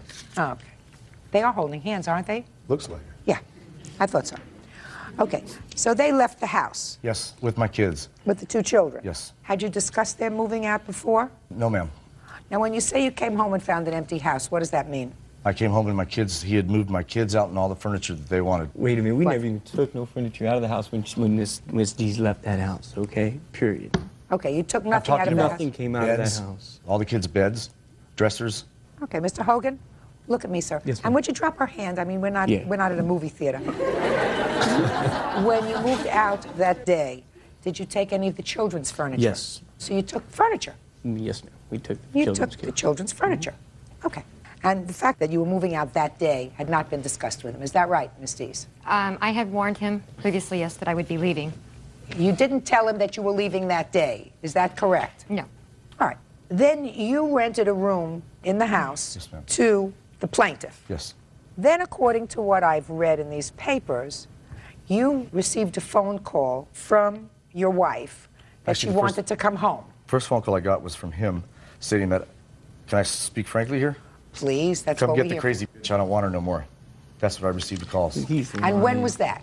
He's lying. November, around Thanksgiving. But we- Now, Miss Dees, yes, there did come a time when you moved back into the residence. Right. I want you to tell me when that was and why. It was right before Thanksgiving because Chris had kept calling and calling and calling. Had my children very upset, said he wanted to reconcile. There would be no more physical violence. So I took the kids. We tried to make another start. It was 17 years of a marriage. I tried to make it work again, but it didn't. So you left Mr. Hogan? Yes. That was a mutual agreement between Beth and I. I didn't ask you a question. That's fine. Mr. Hogan? Yes. I always get the last word, sir. I agree with you. Good. I did say the last word, didn't I? That was the last word. That's right. So you decided to go back to your husband. Yes. There wasn't any problem with Mr. Hogan, was there? No. None at all? No. Everything was just ducky. You moved out of your house with your children and everything else, and you just decided to go back. I left my home because of physical violence. But then you decided to go back. Yes. And at that time, you were living with Mr. Hogan. Right. So then you went back. And when you got back to the house, you found the plaintiff in the house. Is that right? No. She wasn't there? He had already thrown her out. Really? Yes. Well, tell me about that. I had come back and I asked where the girl was that was staying with him. He How said, did you know that there was a girl staying with him? Oh, he told me. No, she made frequent visits. Just a second. You mean you never saw her there? I saw her one time out on the front patio. Miss Dees, you knew that there was someone else living there. Yes. Were you happy that there was someone else living there? Judge Judy, there were many people in and out of the house. I'm talking about her. Oh, it didn't bother me. At all? No. So that there was no reason for you to ask her to leave? Oh, no. Fine. So that by the time you say you got back with your children, she was already gone. Yes. And that was right before Thanksgiving. Right. Now, there are some things in the house that belong to her. Right. And you were aware of that? Yes. What things were in the house that belonged to her? She had some clothing, some personal female items, toiletries, what have you. What about furniture? Was there any furniture that was in the house that had not been there when you were living there? No. There was What about not. a dining room set? There was a dining room set there? Yes, there is. That's what I asked you. I don't know if it's hers or... I didn't ask you that. I said to you, was there any furniture there that was not there when you were living there? Yes, the dining room set. Fine. Any other furniture? No. Did you ask your husband whose dining room set this was? Yes, I did. And what did he say? He bought it from a storage unit sale. Is that what you told her? No, ma'am. It was very clear. Let me back up here a minute. The reason I feel that she came back to the house is when she found out I got the house out of foreclosure. It hasn't been in foreclosure? Yes, ma'am. Mr. Davidson. Yes. I did matrimonial work for a very long time. Trust me, I got the drill of what's going on here. Believe me, I do. Okay. I'm not going into issues of domestic violence. That's really not before me. They're never. The issue, whether there wasn't, it's not before me. What happened is, your wife wanted the house back, and she managed to get it. She left, it didn't work out, and she managed to get it. You are living there now, are you not? Yes, ma'am. And you got a restraining order against your husband, did you not? Yes, ma'am. So he was thrown out of the house, correct? Yes, ma'am. And Mr. Hogan is living there, is that correct? Yes, ma'am. Yes, All right, so we all got the drill straight. And how did I know? Did I make that up in my head, or am I just a good guesser? Huh? I'm just a real good guesser. That you wanted your home. This was a very good way to get it. Tried a reconciliation for about 2.5 minutes. It didn't work out. You got a restraining order against him. You put him out of the house. You moved the boyfriend in. And now everything is just delightful. Now you got your house. No. Say That's not nothing. right. That's not right. Say nothing. Real cases, real people. Judge Judy. Christina Lillard says her roommate's estranged wife, Beth Deese, either disposed of or destroyed her personal belongings. Miss Deese. Yes. Where is all of her stuff? The only thing that was in the house when I came was the dining room set and a van in the backyard that had bags of clothing, a suitcase, and some photo albums. Now, that van had not been paid for in 2 years. I called the loan company. They came and repossessed the van. I don't know if her items are still in there or if they've sold them or what. Well, just a second. What would make you believe that it was her items in the van? That's the only thing that was at the house that was not mine. Then you knew those items were hers. No. Just a second. Okay. Then you knew those items were hers. Now, the plaintiff says that she's known your husband for a long time. Have you known her for longer than this 6-week period? All I know of her is that they bailed each other out of jail. That's all I know. Okay. Did you know where she had lived? I knew that she was homeless, is all I ever knew. Did you know enough to contact your husband and ask where she was so that you could get this property to her? If I could find my husband, I could never find my husband. He was Well, not he was there reachable. when you got the restraining order against him, wasn't he? Yes, he was he there was. to serve, wasn't he? Yes. When he got thrown out of his house. By pure luck. Yes. Listen, cutie pie, I'm not crazy about you because I don't think that you're That's showing me okay. sufficient respect. Just stand there That's okay. like an inanimate object. You want to start a new life? Why don't you start it in your own house? I did. No, you didn't. Yes, ma'am, I did. Can I? No, sir, you didn't. And I don't care how you go about dividing marital property. You don't do it by using the courts, which is what you did, madam. You used the courts in a way that the courts were not designed. Quiet. Sorry, Your Honor. Because, Mr. Davidson, I want to explain something to you. I have a sense that there was sufficient amount of domestic disturbance in the house, caused at least in part by you. No, ma'am. She was escorted away by the police every time she came to the house. Did you ever have a drinking problem, No, Mr. ma'am. Davidson? Never drink? No. Really? I'm not a drinker. Oh, I had a problem with drugs once in my life. Well, maybe so. Maybe my choice of substances may have been off. That's a possibility. I'm not saying that you're guilt-free. I just don't like it when people utilize the court system. I'm speaking. Don't you see my mouth moving? Yes. I don't like when people use the court system, especially restraining orders, for things for which they were not designed in order to secure a financial position or a property position, which is exactly what I believe your wife did. In any event, that has nothing to do with Miss Lillard's property. Your wife had an obligation to ensure that that property was safe. She did not do that. Do you have estimated cost of value, please, as to what was taken from the van and the dining room set? And I'd like to take a There's look a dining at it. room set and an oak buffet hutch, a lighted book that matches it. She knows about that, too, along with a TV that was in my room and other things that were in my room, like all my pictures of my kids that she destroyed that I can't replace. She's very vindictive, and she has met me many, many times face-to-face, even walked in my room without knocking on the door. Your Honor, if I may speak for a second, please. Him I don't know, I've Sure. never met. Great. If you don't know me, why are you suing me? Now you can't speak at all anymore. I'm sorry. You just lost your turn. Sorry. Judgment for the plaintiff in the amount of $5,000. That's all. Thank you, Your Honor. Parties are excused. You may step out. Beth is just a vindictive, jealous, insecure woman. Don't agree with it? I'd like to meet her in a parking lot somewhere. The judge is the boss. If you're gonna think about cheating, don't get married. Ha ha, Beth. And now the next case. All parties in the matter of Denny versus Waddell. Step forward, please. 26-year-old student Laquita Denny is suing her boyfriend's estranged wife, 35-year-old housekeeper Zanetta Waddell, for smashing out her car windows. Zanetta claims the only vehicle she vandalized that night was her husband's. Ms. Denny, it is your claim that the defendant busted out all the windows on your car when she found her husband at your house. Correct. She says she busted out the windows of his car. So, why were you there? When did it happen?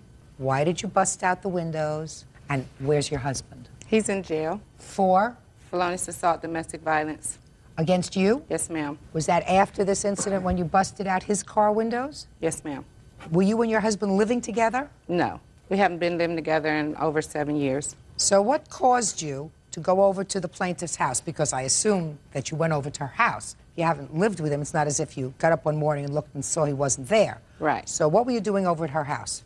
Well, actually, I noticed my husband coming off of her street on a Saturday afternoon. I bowl on Saturdays, so I came from bowling about 9 o'clock, 9:15. I went to the bar with my brother and my sister, had a couple of beers. It was about 11:30 when I called Miss Denny's house from my cell phone. Why? I seen my husband come off her street. Like I said earlier, I knew he had to have some type of involvement with her or been over her house in order for him to be coming. But my question to you is, you haven't been together with your husband for 7 years. Oh, it's not like we're not seeing each other or being together, because we still do have an involvement. But you haven't lived together as husband and wife for 7 years. So you must know that he sees other people, you see other people. Oh, him and Miss Denny has been in the relationship for the 7 years, but it's not been like just him and her. It's been all three of us. You know, it's like he's the center man. Well, he wants me and her to have confrontation. Okay, keep going. Okay. As I said, I called her house from my cell phone. They did not answer. I went to her house, his van, her car, both in the driveway, so I know they're both there. I pound on her back door. They don't respond. Why did you do that? I wanted to talk to my husband. I wanted to know why he was there if they're not in a relationship anymore and he's no longer involved with her. Why are you at her house? Go ahead. Well, I called again from my cell phone 2 other times. They still refused to answer my call. Well, I know that I can get him out of there if I do something to his car. Well, I kicked his car. The alarm went off. They disarmed the alarm. I kicked it again. They done the same thing. Well, it was this little thing that you use to set your fireplace poker things on, sitting by the garbage dump. I went out and I got that, and I bust out his windshield. They still didn't respond. I bust out the passenger door window. Still no response. So I bust out, he has sliding doors on his Astro van. I bust out the big window. Still no response. So as I went to bust out the 4th window, that's when he come running out her back door, grabbed the poker thing from me. We're fighting over the pole. He hits me. I fall now. When I left her place of residence to go to the payphone to call the police, her windows weren't bust out then. What were you calling the police for? You had just committed a crime. My husband assaulted me. You had just committed a crime. He didn't press charges. So you vandalize his car. Mm-hmm. He comes out and he hits you for vandalizing his car to get you away from the car. And then he vandalizes my car. When did he do that? When I went to the phone, I left my car because in the process of him fighting me and we're tussling over this pole some kind of way, my keys fell out.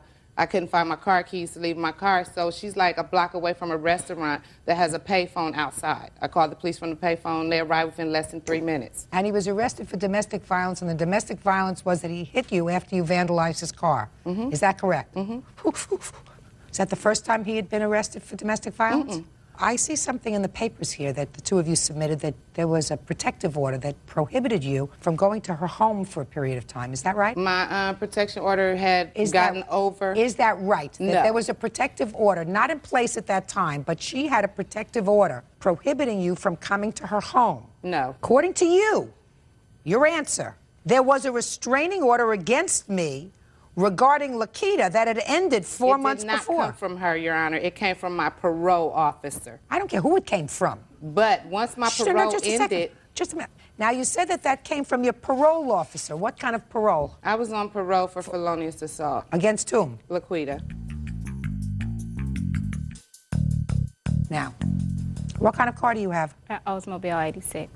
Well, I think that you were so angry, madam, you got the wrong car. Or maybe you were so enraged you didn't know what you hit. But you certainly got her car. Maybe his too. Let me see the estimate of the damage, please. It's the estimate and also the receipt of what I paid for.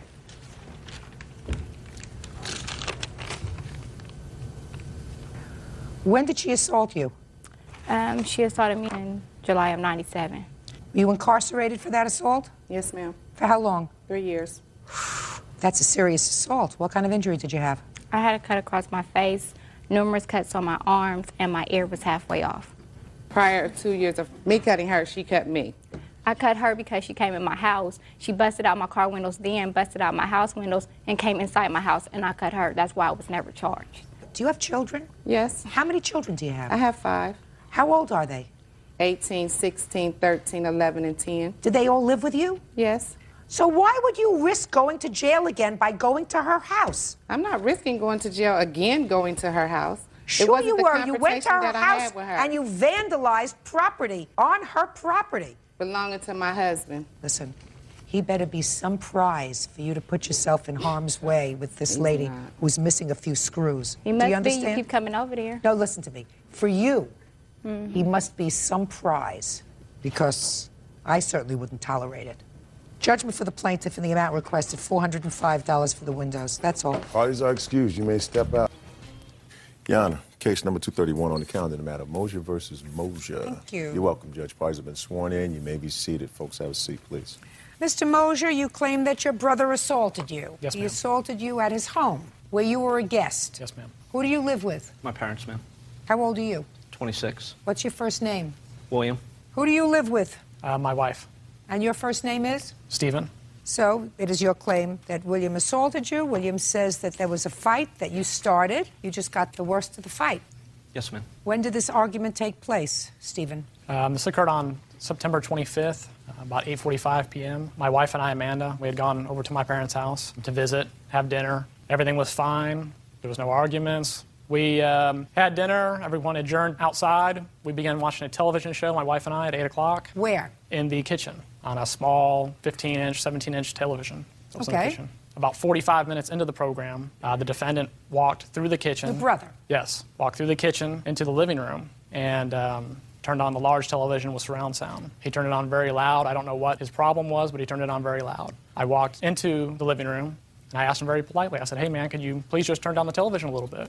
And at that time, he yelled at me, profanities. I turned around. I didn't say anything to him. I came back into the kitchen. I sat down. I tried to hear my program that I'd been watching for 45 minutes already, and I could not hear it. I sat directly in front of the television set, turned it up. I still couldn't hear it.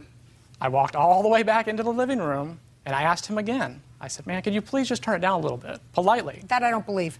3 times. Three times, Your Honor. Stephen, first time maybe, second time I don't believe. Well, Your Honor, he had an anger problem, and I tried not to upset Stephen, him. first time I believe you went inside and said, "Could you turn it down?" Second time I don't believe you went inside and very politely asked him to turn it down. So let's revise that. I tell you the truth, Your Honor. Okay, go ahead. I went in there, I asked him a second time. He said the So same after thing he again. cursed you the first time, listen to me, Yes. Stephen, after he cursed you the first time, you went inside and said politely to him again, "Hey, man, could you please turn it down?" I just want you to tell me, is that what you're selling to me? No, ma'am, that's Is what that happened. what you're selling to me? That's what happened. Go ahead. Keep going.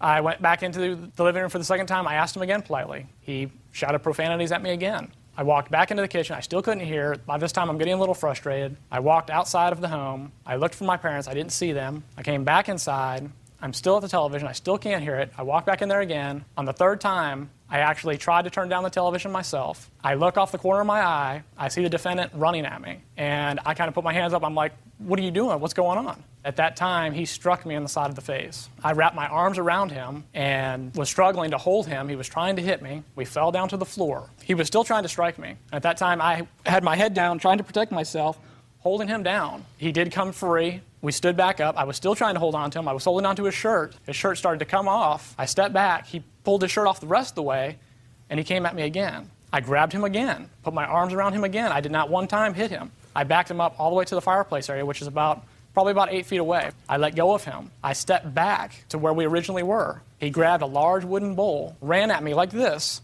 When he got closer to me, I tried to duck because I thought he was going to throw it at me. He hit me in the back of the head. I fell to the floor. I blacked out for a split second. and she came into the room, and she was yelling at him to stop. Finally, I got up. I was dizzy. I reached back to the back of my head. My head was busted open. I was bleeding. I had blood all over my hands. And you had stitches? I went to the hospital. They put stitches in. Okay. All right, Mr. Mosier, let me hear your version of the events. When I was watching TV, actually, I didn't have it up that loud. It is loud because it's a surround sound system. You can't... What were you watching, William? I don't even know. It doesn't matter. I mean, it was just TV. It matters to me. What kind of answer is that? It doesn't matter. It was just I asked you regular what you were TV watching. programming. I mean, it wasn't nothing special. I was just watching TV. Every time he comes over... Just a second. Don't tell me every time. On the 25th of September, you saw that your brother and his wife were watching television in the kitchen. Yes, ma'am. You went into the living room to watch something that was sort of irrelevant to you because you would have remembered it, considering the fact that you were arrested that night or at some point There was the a police... lot of other things going on. I really don't remember with everything going on. I would have remembered what it was that was so important. So your brother came in, and the first time he asked you to turn it down. He never said please. He came in and he said, "Turn this down, I'm watching TV," is what he said. So of course he's not going to get a good response out of me. I just turned it up. He turned up his TV. Just a second.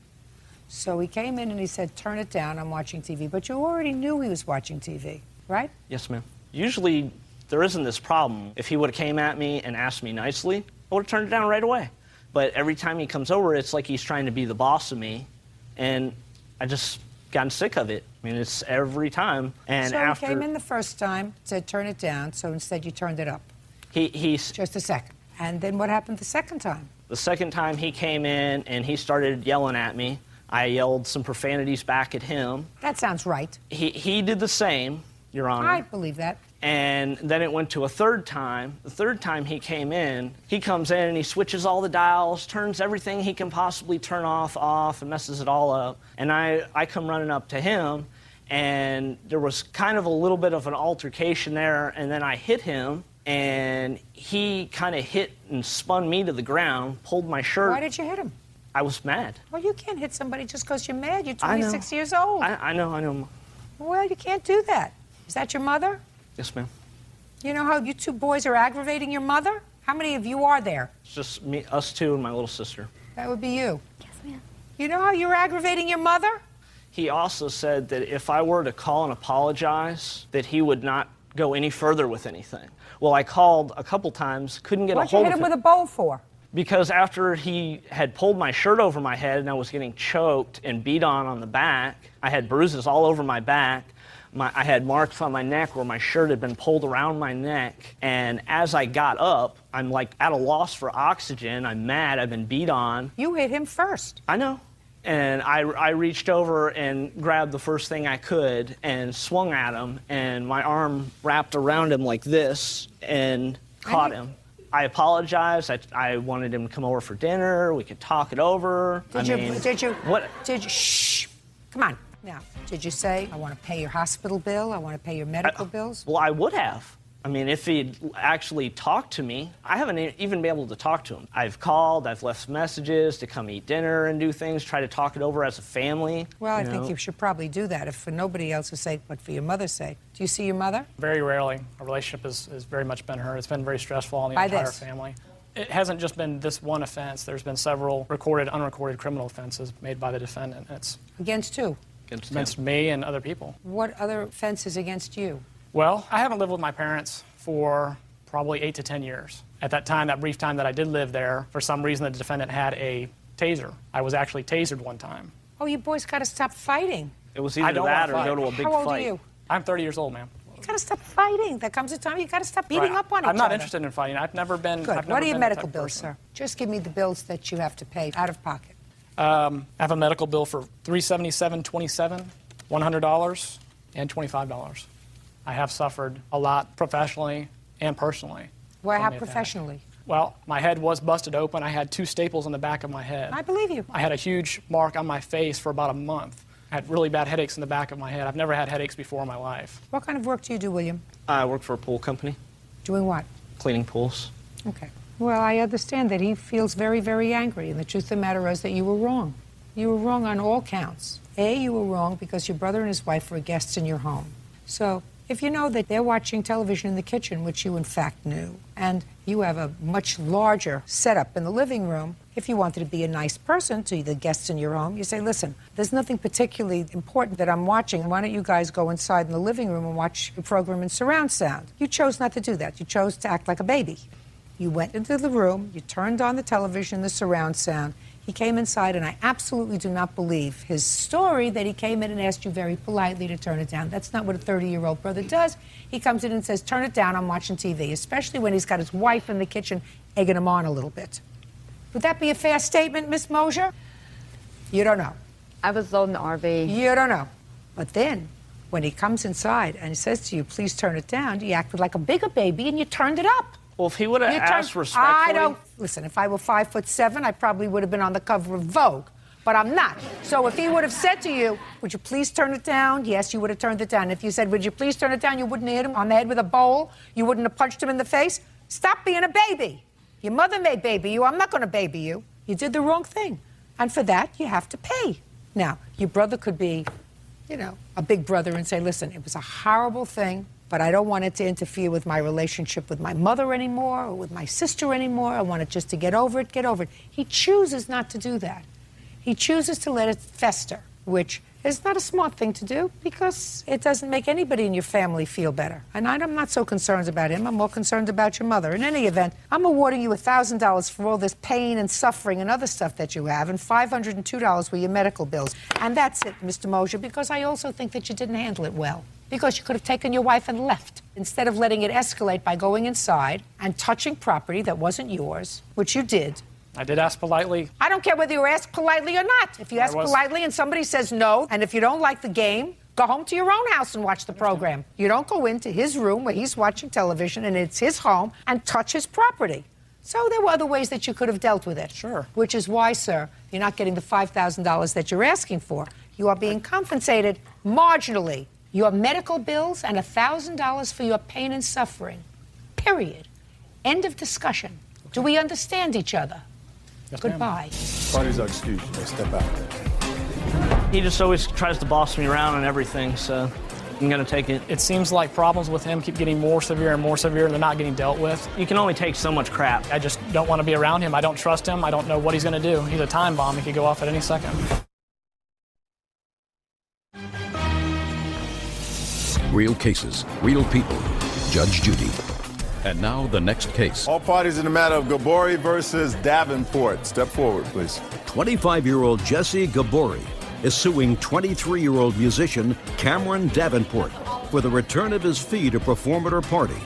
Jesse claims Cameron's music offended her guests. Mr. Bori, you hired Mr. Davenport as a DJ to play at a party that you were having. What kind of party was it? I had a cousin who was moving to Portland, Oregon from Coeur d'Alene, Idaho. We have a pretty large family in Coeur d'Alene, all very close-knit. So it was a family party? Yes, that's correct. Had you ever heard of Mr. Davenport play before? No, ma'am. How did you find him? I was at a coffee shop. I found a flyer that said, you know, Cameron Bamron, original music and DJ services. It showed a picture of a guy with a ukulele on the front. Okay, so that's how you found him? That's correct. Good. And you hired him to play at a party. You paid him in advance, $500? Yes, ma'am. And he came to the party. He played for a couple of minutes. He was told to leave. That's correct. Because you didn't like his music, and you want your money back. That's correct. Mr. Davenport says he came, he played his music, he was totally prepared to comply with the terms of your contract. You told him to leave. He's not giving you any money back. What date did you see his flyer, and on what date did you call him? July 10th is the date that I was preparing all of the arrangements for the party. And what day was the party? The 13th of July. So you only had 3 days to get somebody? That's correct. So you called Mr. Davenport from the flyer. And what did you say to him, and what did he say to you? I asked if he would be available to do a 5-hour set on the 13th. The party started around 7 p.m. He said that he was available. I asked what type of original music he played. He said experimental. In my experience, experimental doesn't generally mean offensive or explicit. Don't tell me what your experience is, madam. Yes, ma'am. I'm asking you what you said to him and what he said to you. He asked me if any children would be present, and I said no, older people, adults. Okay. And that was pretty much the end of the conversation. I told him where to show up and when. I was in a huge hurry, so I just kind of pushed forward with it. So he came and? On the day of the party, he arrived, had his sound equipment set up, Everything seemed to be going well. That was the first time I'd actually spoken with him in person. He seemed like a, nice guy. Got up on stage, and it was the first song that he sang that really set everyone off. I have a pretty conservative family. It was a large party. I had a lot of grandmas, grandpas, aunts, uncles, So it was more experimental than you were used to? The first lyric of the first song was Just what a really sec. set it off. Okay. It was not what you expected? That's correct. Okay, so what did you do? I immediately, after about halfway through the first song, I was bombarded with my family members coming up angrily, my friends, family, asking me if it was a joke. Okay, fine. So? I retreated to the back of the theater. I informed one of my cousins that he needed to ask Cameron to leave. Oh, well, and that's what they did. They asked him to leave. That's right. correct. So why do you think you're entitled to any money back? Because he misrepresented himself on the telephone to me. No, he did not at all. Never at any time did he mention that his lyrics were explicit or offensive in any manner. Did you ask? You said, what kind of music do you play? According to you, I listened very carefully, you say original music, experimental. According to you, you said, in my opinion, experimental meant, I said, I'm not interested in your opinion. What you do when you hire somebody is you enter into a contract. And especially if the end of one song and you tell somebody to go tell him to leave, instead of saying to him, listen, this is not the kind of music that we want played here. Could you please play something else? And give him the option, just a second, give him the option of saying to you, this is the only kind of music I have. This is the only kind of music I do. But according to you, I listened very carefully. You said you told one of your cousins to go out and tell him to leave, which he did. You don't get your money back. Well, he successfully, in under 5 minutes, offended pretty much everyone at the party. You should have planned better. Should have planned better. What is offensive to some people is not offensive to others. I think that he was very honest with you when you called him, and he said, are there going to be any children at the party? I would say, there aren't going to be children, but there are a lot of older people who have the ears of a child, and if there's going to be any music there that's going to be offensive, we don't want that kind of music. A few curse words every now and again is a little less offensive than the lyrics that this man used in front of these people. That is your problem. He did not breach your contract. He showed up, he played his experimental music, which is what he told you he was going to play, and he couldn't book another gig after you fired him. So you have to be more careful. Your Honor? What? I do have a copy of my lyrics to just one of my songs that I do. I don't do experimental lyrics. All right. If it's not Sinatra or Feinstein, I don't do it. Got it? Okay. But I think that you were very honest with her. You said, I do original experimental music, and are there going to be any children there? Did you get paid, sir? Yes. You worked for 20 minutes? Well, I played for about 20 minutes. It takes a good half hour to set up and break everything down. So by the hour, you made more than you ever made before. Is that right? Yes. Congratulations. Thank you. That's it. Case is dismissed. Parties are excused. Parties have been sworn in, Judge. You may be seated. Gentlemen, have a seat, please. Mr. Hargrave, you own a store. Is Yes, it I a do. check cashing store or a convenience store? Convenience store, Your Honor. And you know the defendant for some time. Yes, Your Honor. She would come in, according to you, and cash checks. Other than buying things there, she would cash checks. And Her and her you would husband, Your cash Honor. checks for Yes. her. Yes, Your Honor. And your complaint is that she came in with a large check, Yes, Your Honor. $2,500, that you cashed for her, Yes, Your Honor. and it turned out to be a bad check. Yes, Your Honor. Ms. Kirkendall says that she is sorry about that, but that she was the victim of a scam, and she didn't know the check was bad, and she's sorry. Well, Your okay? Honor. That's what the case is about. So I'm going to have to start with you.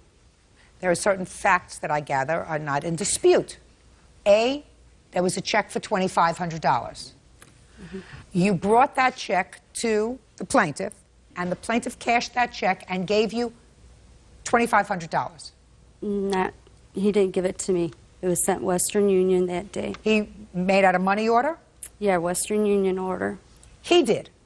First of all, I don't know this gentleman. I haven't seen him in the store. Oh, he's the owner of the store, I Okay. assume. Yes, Your Honor. And it was not him, but another employee that works in the store. Now you're going to tell me about the scam, Ms. Kirkendall. Okay, the girl that caught me off guard received a letter. What do you mean the girl that caught you off guard? The girl that sent the letter. She previously called. What are you talking about? How I got the check, how it all started. Well, you're starting in the middle of a sentence. The girl caught you off guard. I don't understand that. Heavy depression. I just lost my 21-year-old son. So I received this letter during the Depression. You received the letter in the mail? Right. Let me see the letter. And that's the death certificate to prove that my son did. I don't need the death certificate. It has nothing to do with this case.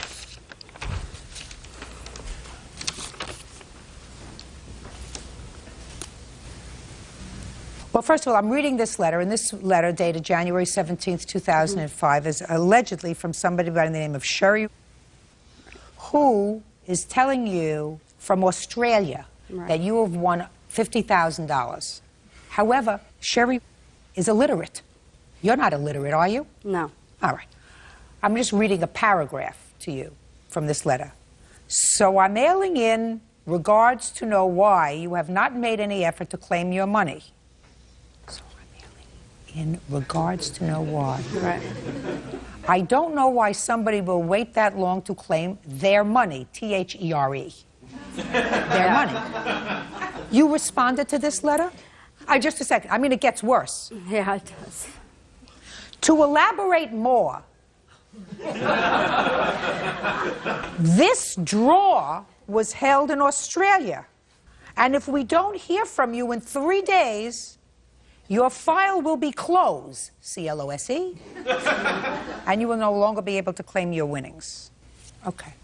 Go ahead. So you got this letter, and then they tell you what? They tell you that they're going to send you a check for $2,550, and you have to cash that check and send them back a money order. Is that what happened? Yeah. Is that what happened? So they send you a check for $2,550. You take that check from the same person, from Sherry, from Sherry, this illiterate, and you take it to this man's store. I called the bank. You called what bank? I called the bank that the check was drawn on. Let me see. This is the second check she sent me. The first check came back clear. The bank said it was good and everything. Well, show me. Show me where the bank said it was good. Well, I don't. Show me. Show me the bank. It was all done verbally because we went. No, my dear. I called on the phone and I went to the bank to cash it at the bank because they said it was good.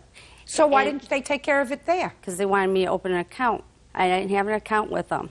And they said any check cashing place would do it.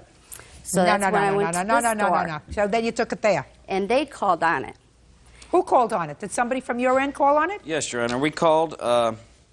What it was is we can't verify that there's funds in the account. We can verify that that individual is in good standing with the bank. Being that she has such a history cashing checks with us, she cashed one September of 03 for $2,800. So we couldn't verify that there was funds in there, but we took her word for it. What do you mean you took her word for it? We asked her, if this check comes back, will you be able to, honor it? If for any reason something happens to it. Sir, that's a lot of baloney. First of all, you can't testify to that because you weren't there. You didn't deal with her. This man didn't deal with her.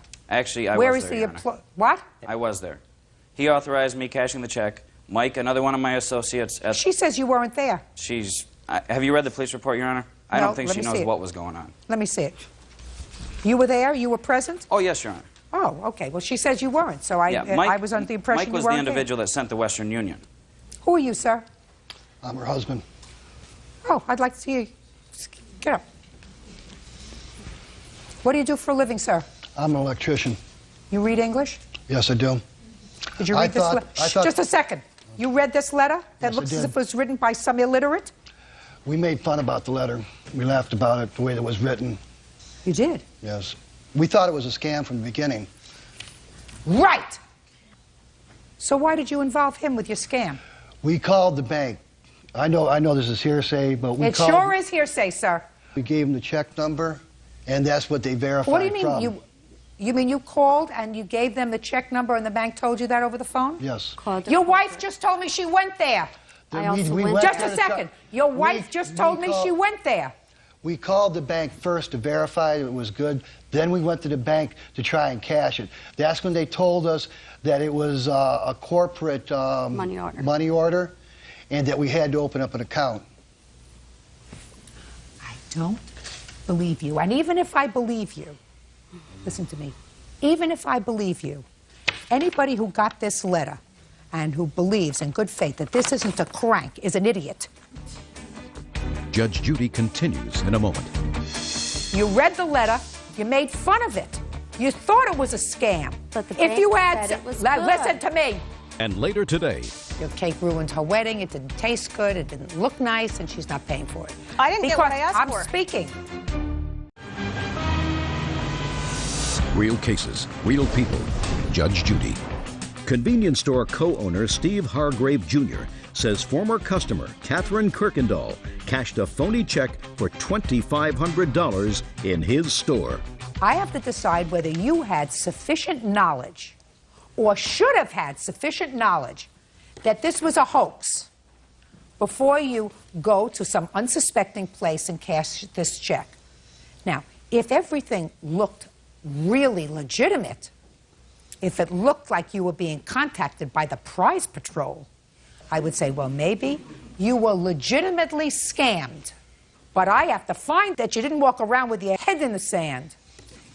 This suggests to me that two people who've lived as long as you and your wife have lived, who work, who are employed, who read and write English, had to have had notice that this was bad. Did you ever see this letter, sir? No, I certainly wouldn't cash Just the a check, Your second. Honor. You think that if he saw this letter, that this was a prize patrol letter, he would have cashed your check from this illiterate? I guarantee you he wouldn't have. Guaranteed. But he was told where the check came from. Listen to me. Okay. You didn't show him this letter, did you? No. He didn't ask for it, Your Honor. I don't care whether he asked for it or not. You and your husband, listen to me. You and your husband, according to your husband, had real misgivings after reading this letter. You thought it was a scam. You think that if you showed him this letter, he might not have cashed the check? The answer is, we'll never know.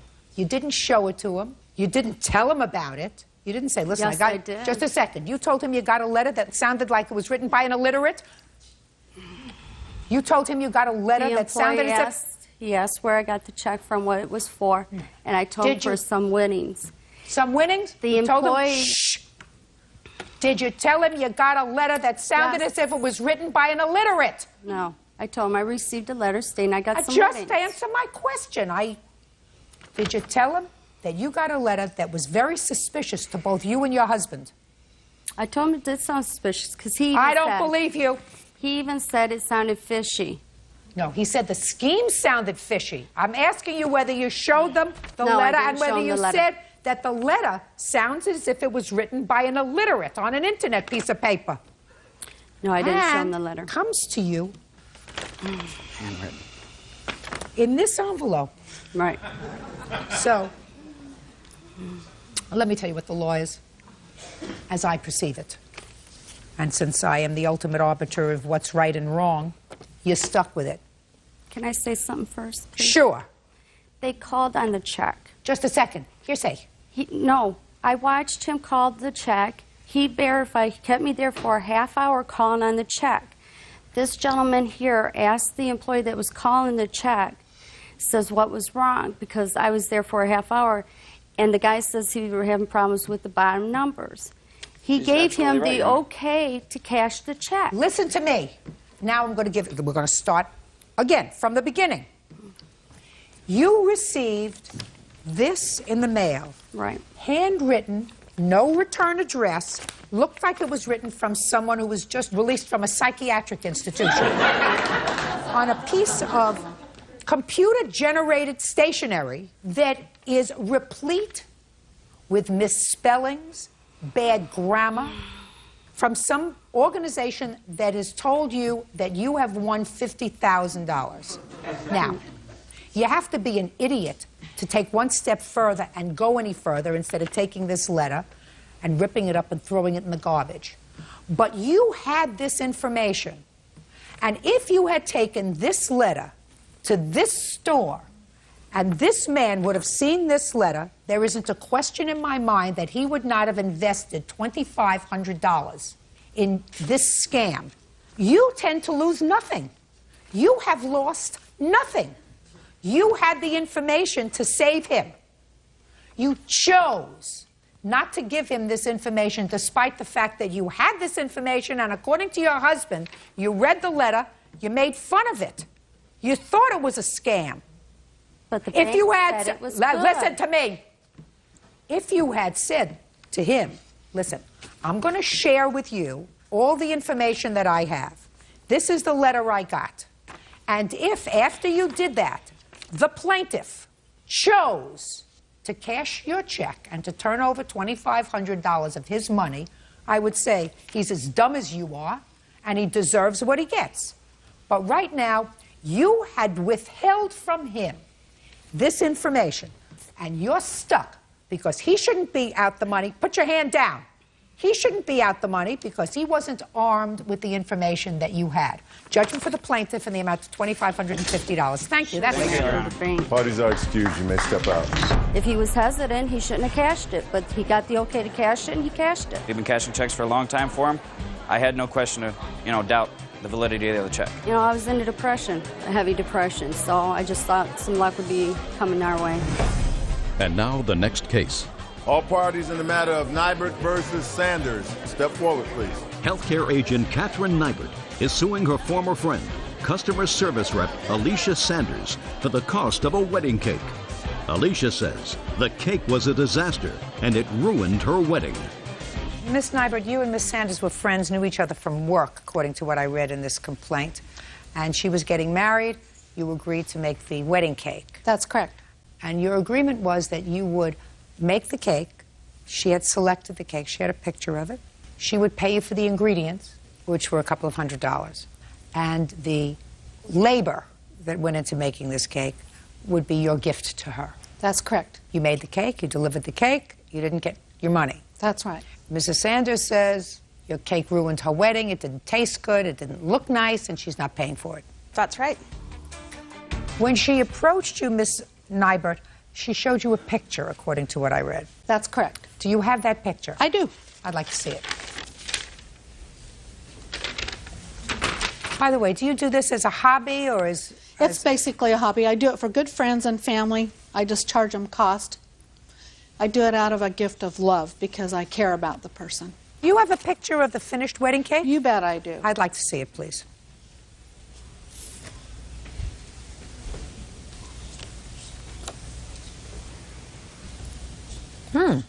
I also have some pictures of the finished cake that I'd like to see it, please. You have several. Yes, I do. See.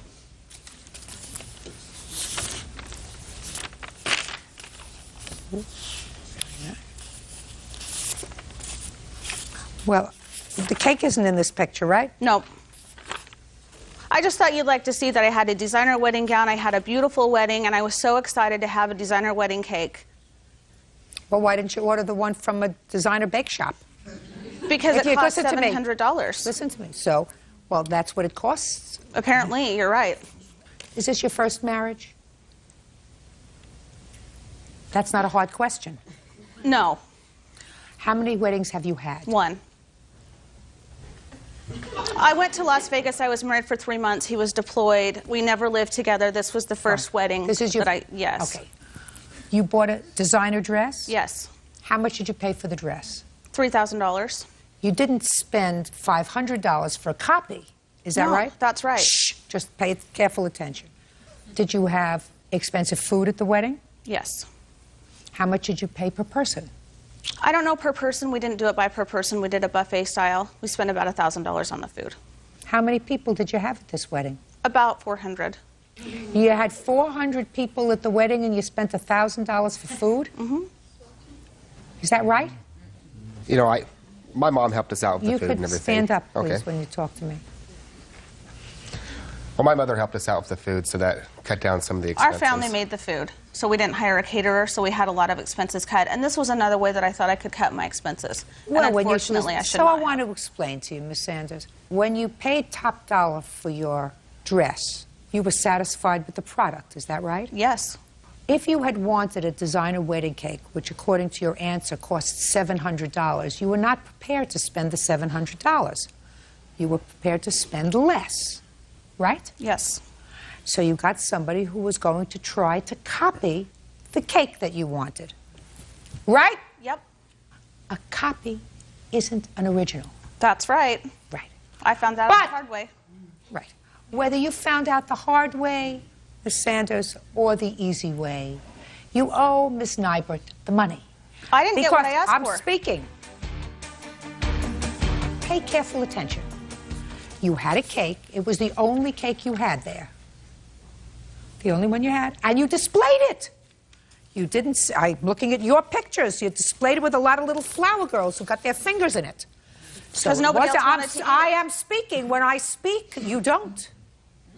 Is this your first marriage? Yes. Good luck to you.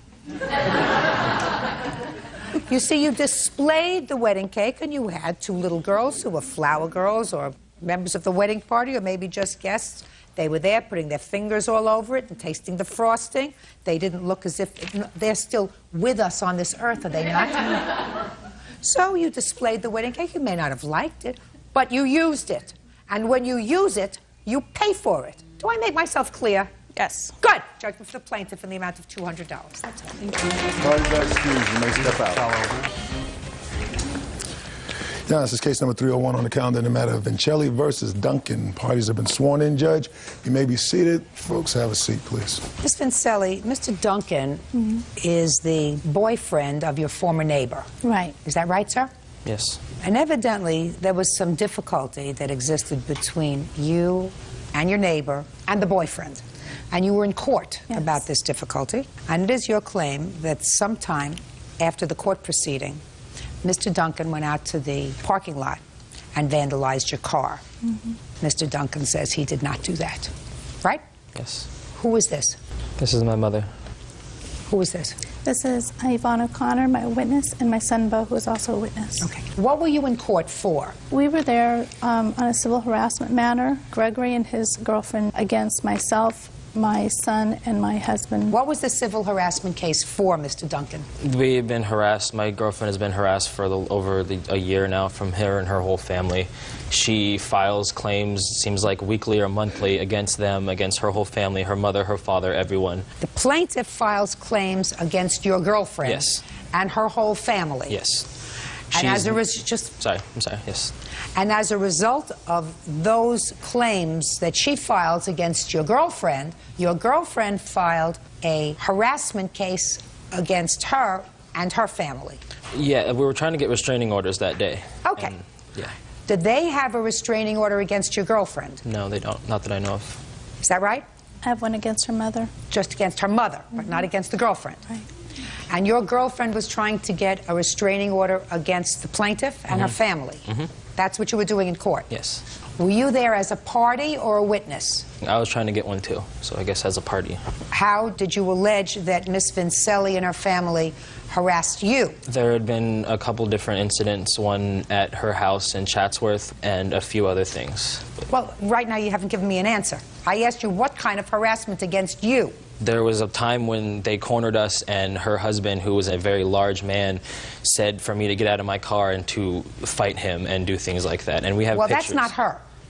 I'm talking about her. You said you were trying to get a restraining order against her. That's what I want to know. What did she... I'm not interested in her husband. I'm interested in what she did. I guess nothing. Okay, and were you trying to get a restraining order against her, Mr. Duncan? Yes, I was. So you acknowledge that she didn't do anything to warrant a restraining order? Okay, she did, but I can't think of it right now because I go to school every day and I'm probably not as prepared for this as I should be. You have to be prepared. This is your time, Mr. Duncan. I know it is. All right. Here we go.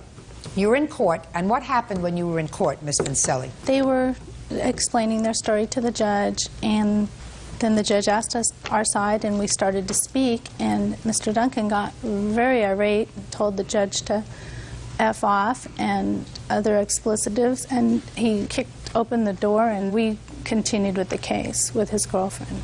Did you leave the courtroom that day, Mr. I did, Duncan? and I did not tell the judge to what she said. I said... What did you say? I was getting frustrated because she was saying I'd been arrested and I have a completely clean record and never been arrested in my entire life. I said to the judge, she's lying. I've never been arrested. She's lying about this. The judge told me to stop and to just let her talk. And I said, I mean, she's allowed to lie. I was getting really frustrated and I left the courtroom, yes. And I cussed, I yelled, but I didn't say anything in particular to the judge. But I was getting very frustrated because... because... Do you have a temper problem, Mr. Duncan? 90% of the time, no. With this family, it seems like I do, yes. How old are you, sir? I'm 19. Mr. Duncan, have you ever been in a court before you were in court with Miss Vincelli? No. Never been in a court setting before? Can I speak?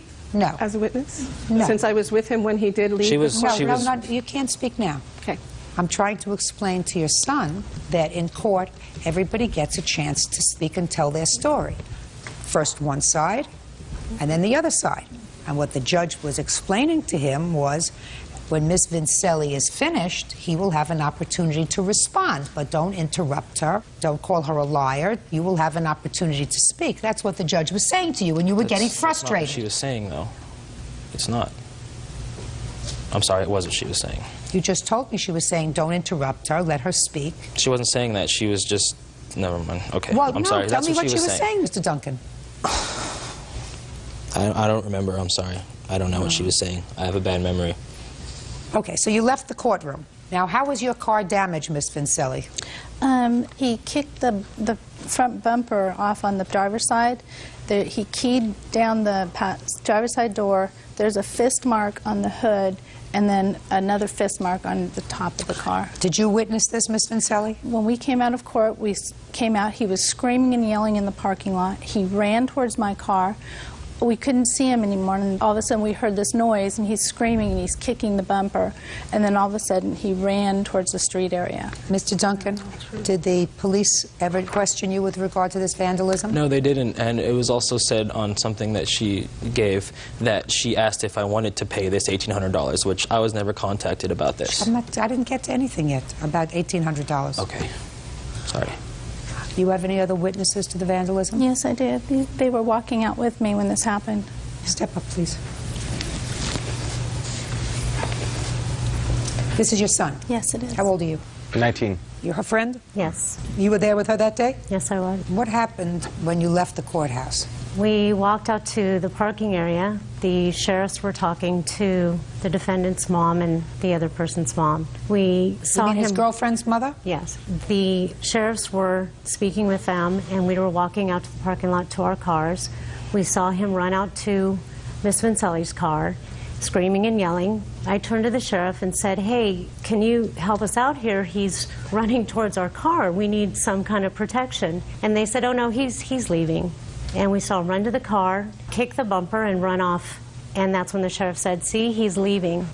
And that's what happened. And you, sir, if I would ask you the same question, would you give me the same answer? Yes, I would. Okay. Have a seat. Do you have photographs of the car? Yes, I do. I'd like to see them, please. Judge Judy continues in a moment. He was having difficulty controlling his emotions. He was having difficulty controlling his temper, just like he is now. Uncross your hands, Mr. Duncan. And later today... What kind of clothes were you wearing? I do not recall at the time. Well, were you wearing jeans? Were you wearing a tuxedo? Were you wearing a SpongeBob costume? What were you wearing? Real cases, real people. Judge Judy. Kimberly Vincelli claims her BMW was vandalized by Gregory Duncan. Gregory denies the charge and claims Kimberly has been harassing him and his girlfriend. Would you show these to Mr. Duncan, please? All right, Mr. Duncan, I'll hear you. Well, now I guess we both get an opportunity to see what these pictures are about, because this is the first we have heard even what the specifics are. I didn't ask you that. I didn't ask you that. Were you present when your son came out of the courthouse that day? Yes, I was. I exited the court with him. He did not kick the door open. I went out with him. We did discuss the situation that occurred inside the courtroom with the bailiffs on the outside. He did walk away at that point. I watched him walk away. His friend had called him on his cell phone and was picked up and taken home. And the bailiff situation that they're referring to, they asked for the bailiff to escort them to their vehicle because they were afraid. What were they afraid of, Mrs. Duncan? Because as they want to say, he was screaming and yelling. He was not screaming and yelling. But Miss Duncan. This was a restraining order issue. Miss Duncan, I'm speaking. So. I'm speaking. Has your son been under psychiatric care at any time in his 19 years? No. Is he currently taking any medication? No. You were in a courthouse with him, and clearly, when he was in that courthouse, he behaved inappropriately. Would you say that that is correct? Yes. That he could not control his temper. In a courtroom, would you say that's correct? I would say that he was having difficulty controlling his emotions. Because he was having difficulty controlling his temper. He was being falsely accused. He was having difficulty controlling his temper, just like he is now. Uncross your hands, Mr. Duncan. civilized people behave a certain way, Mrs. Duncan. And what you're not supposed to do is you're not supposed to make excuses for an adult child who has behaved badly. That's not to say that your son is a bad person. I don't think he's a bad person necessarily. I think that his girlfriend and he have had some difficulties with the plaintiff, and it was trying to be resolved in an orderly fashion in a court setting. And your son could not control himself, which should leave a parent with some pause. I've had 5 children who were 19 years old. If any of my children couldn't control themselves in a courtroom, believe me, I would say, I got to get this child some help. He can't control himself now. Don't you see that? I wanted to say something, and Go I ahead. have a feeling I'll forget before I say it. Go ahead. Do you have any daughters or just sons? Both. You have both. Have you ever had anyone say to your daughter, I'm going to rape you outside of your class because you get out of school at night? Have you ever had your daughter go out to her car at night after her night classes and see her tires slit? Because that's what happened to my girlfriend. Her son has said those things many times. Mr. Duncan. It's very Mr. irritating. Duncan, has the plaintiff ever said anything to you or your girlfriend that would have required or given you license to behave the way you did in a courtroom? I'm not talking about her son. I'm talking about the plaintiff. Yeah, she called and left a message that we're going to get him. We're going to get him after this court thing happened. I'm not talking about after, sir. I'm talking about before. God. Miss Duncan, listen to me, madam. I think that you're not seeing the entire picture here. I think that you're being very short-sighted with your son's needs. I believe that your son needs some help. I've been in this business for over 30 years. I'm telling you, he needs assistance. And if he were my 19-year-old son, I would see to it that he gets that assistance, even if it's just anger management assistance. But I think he needs it. Clearly, he has a problem with his memory, as he's indicated. I said that to you. Shh, shh, shh, shh. Mr. Duncan. Shh. God. As he's indicated, do you see? He has a problem, Mr. Duncan. I don't think he's a bad young man, but I think that you're being short-sighted if you don't help him. What's the damage to the car? They came back between $2,600 and $2,900, but I only sued for $1,800. Judgment for the plaintiff in the amount of $1,800. That's all. Thank you. Can I leave now, please? Sure.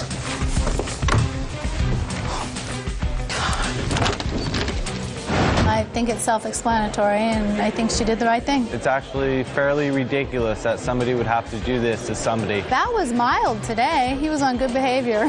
It's just amazing to me. I hope it's the end of it. I sure hope so. I really do sure hope so. And now the next case. All parties in the matter of Frazier versus Sykes, step forward. 20-year-old student Donald Fraser is suing fellow student 20-year-old Eric Sykes for ruining his Dell laptop. Donald claims during a night of heavy drinking, Eric urinated on the computer. You gentlemen go to college? Yes, ma'am. What school are you going to at the time of this incident? College of Charleston, South Carolina. And you? College of Charleston. And you? Is it the same, ma'am? You belong to a fraternity, Mr. Frazier. No, you? ma'am. No, ma'am. You? No, ma'am. So you get drunk, dumb, and stupid all on your own. Is that what we're talking about? College student Donald Fraser says while in a drunken stupor, fellow student Eric Sykes urinated on his laptop computer. Hi, Mr. Frazier, it is your claim that while he was drunken in a stupor, Mr. Sykes, after an evening of partying, was at your house and ruined your computer. And Mr. Sykes says, A, I don't remember ruining your computer. B, you have no proof it was me. It could have been other people there, and I don't know why you picked me. And for that, I say amen, because I don't know why you picked me.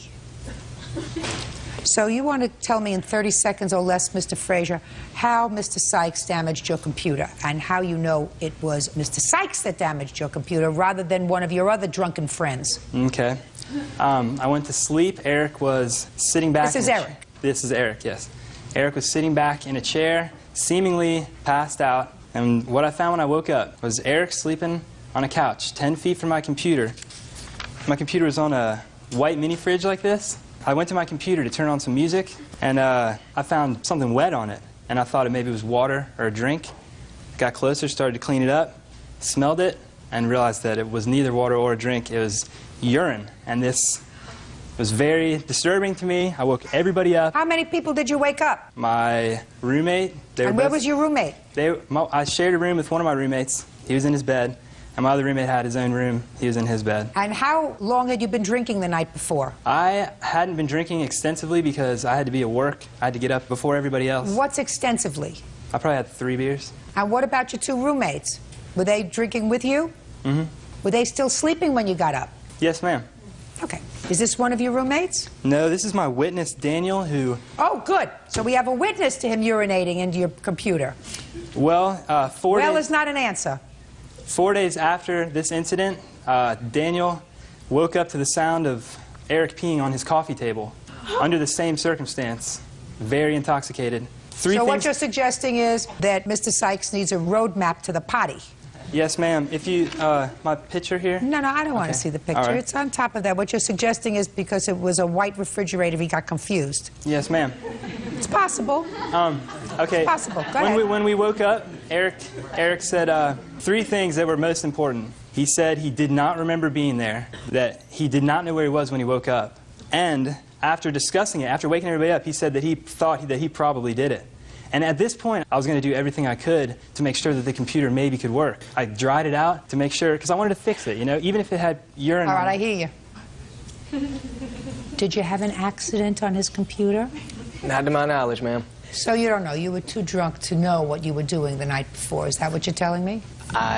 Like you said, I didn't recall coming to his house. Well, let me ask you this question. When you got up in the morning, Eric, you were wearing your clothes? Yes, ma'am. What kind of clothes were you wearing? I do not recall at the time. Well, were you wearing jeans? Were you wearing a tuxedo? Were you wearing a SpongeBob costume? What were you wearing? You woke up in the morning. Were your pants wet? No, ma'am. Was your fly zipped? To my knowledge, yes. Well, when you got up, did your pants fall down? No. Anything else you want to tell me, Mr. Frazier? There's a lot of things on the computer beyond the cost of the claim, such as pictures and things that'll be gone unless... So your first problem is you haven't established that old Eric here peed on your computer. Eric knows he did it. All his friends know that he did it. He admitted it to me that morning, but he didn't want to... Mr. Frazier, listen to me. In court, you need proof. And the fact that he was drunk and in the room doesn't mean that that's sufficient proof for a court that he damaged your computer. Do you understand? Yes, ma'am. Okay. Now, it's not the kind of case where we're going to take DNA evidence to establish the case. You could, perhaps, if you wanted to, but you didn't do that. I figured it was maybe more expensive than the computer itself. It may have been, but certainly on the facts that you've presented to me today, it is very possible that old Eric here is the culprit. Right, Eric? It's possible. But this is a court. We don't deal in possibilities. We deal in proof. And you don't have any proof. And the fact that 4 days later he was peeing on somebody else's coffee table is not proof. Under the same conditions, highly intoxicated. What can I tell you? You should have closed your computer and put it away. Now, if Eric knows that he damaged your computer and he looks like a nice young man, maybe he would want to contribute to a new one for you. But I certainly, from a judicial standpoint, can't find him guilty because you don't have any proof that he is guilty other than the fact that he was drunk and sleeping in the living room. Got it? Case is dismissed. That's all. Parties have been sworn in, Judge. You may be seated, sir. Have a seat, please. Mrs. Water, the defendant is your former husband, and you have 2 children together. We have 4. I only knew of 2 boys. You have 2 boys and 2 girls. In any event, one of your boys was in need of a car. So you called your ex-husband because you knew that he had a car that was not running, an old car, 40 years old, a classic car, and you made the following agreement with him, according to your complaint, that you would invest your money in getting the car up and running if he would give the car to your son. What's your son's name? Luke. And Mr. Boris said, okay, go get it. It's laying over in my father's property because it's not running. So far, correct? I went down and prepped the car. We pulled it out and cleaned it up. My son. But it wasn't running. It wasn't running. And you took the car, and over the course of the next several months, you put the car in running order and invested, according to you, almost $4,000 in the car. And at some point, there came a problem because you couldn't title the car and get the insurance on the car and turn it over to Luke because there was some problem with Mr. Boris. Yes. And you ended up buying your son another car. Right. And now you're suing him for the money you invested in his car. Yes. So I'm going to turn to you, Mr. Boris, and ask you some questions, sir. Sure. First, tell me what year car this was. 1964 Falcon. And how long have you had it? 30 years? And according to your answer, it had been your intention always to give the car to one of your sons. Correct. So it's clear that you and your former wife had this agreement that she was going to fix the car and you were going to give the car to Luke. Right. And she did fix the car and invest thousands of dollars in it. No, she said she had it fixed, but it still didn't run right. After spending that amount of money, it didn't run right. She spent thousands of dollars on the car. Correct. How many thousands of dollars do you have documented that you spent on the car? $5,293. So what happened, Mr. Boris? When they picked the car up, I only saw it one time after they picked the car up, and I had asked on several occasions to be included in the repair of the car because that was our dream. That didn't happen. Her new live-in boyfriend did the repairs on the car with my son, which upset him greatly because that was our thing, always.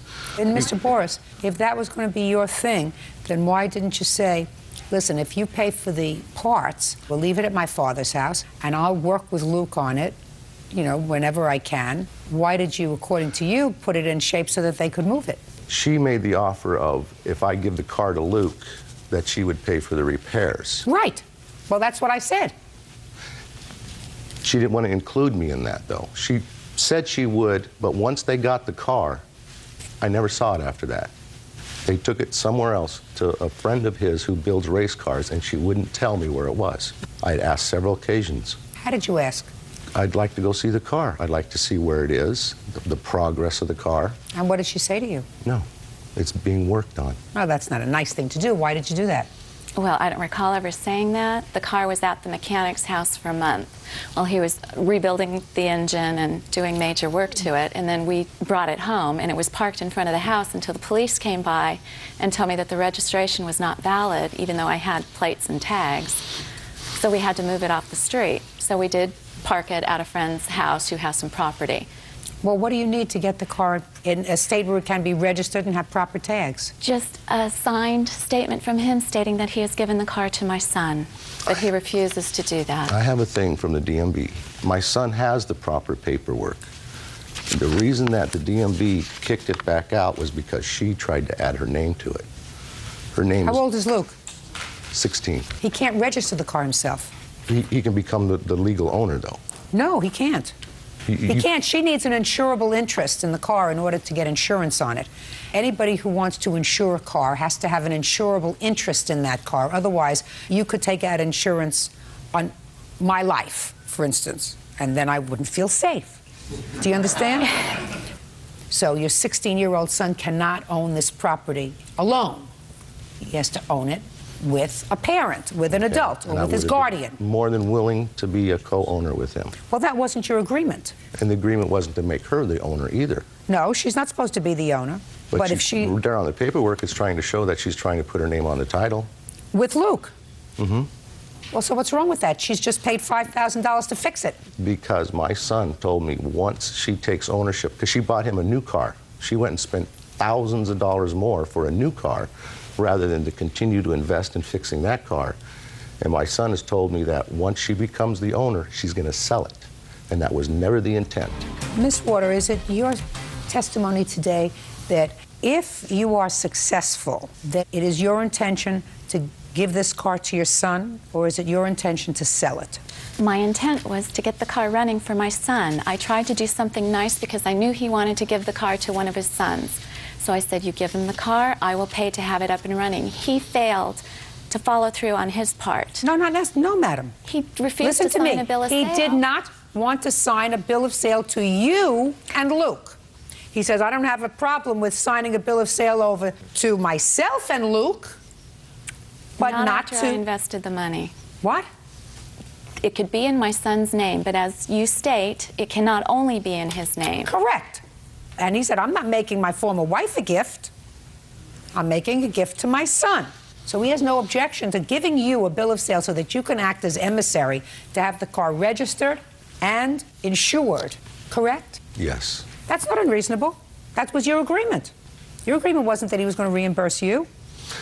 I have a younger son whom Also, I had planned on, once he reaches the age, to pass that car on to him. Listen, you can only pass the car to one child. You made an agreement with your former wife. Your agreement was that she would fix the car. She would pay to fix the car, and the car would be Luke's. Right. And It is only by virtue of the fact that the law proscribes a 16-year-old from owning a vehicle because he can't insure the vehicle that I come up with this solution for you, sir. And she is the guardian and custodian of your 16-year-old son, so you cannot sell this car without her permission. Are you following what I'm saying? Yes, I would turn the car after Luke is 18. No. It's a family heirloom. It's something I want to keep in the family. Mr. Boris, listen to me very carefully, sir. You made an agreement with your former wife. And Luke. And Luke. And you will, and I will issue an order, that you will do a bill of sale to your son and you as co-owners of this car. And you will deliver that bill of sale to your former wife, giving her the ability, because that was your agreement, to register the car and insure it. If Luke chooses to drive it, that's fine.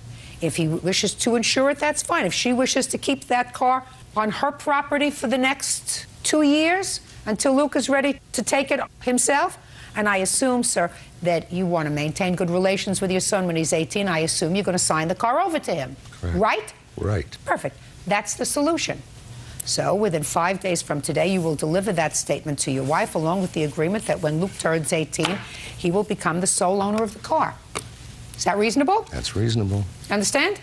Good. Thank you. That's all. Parties are excused. You may step out.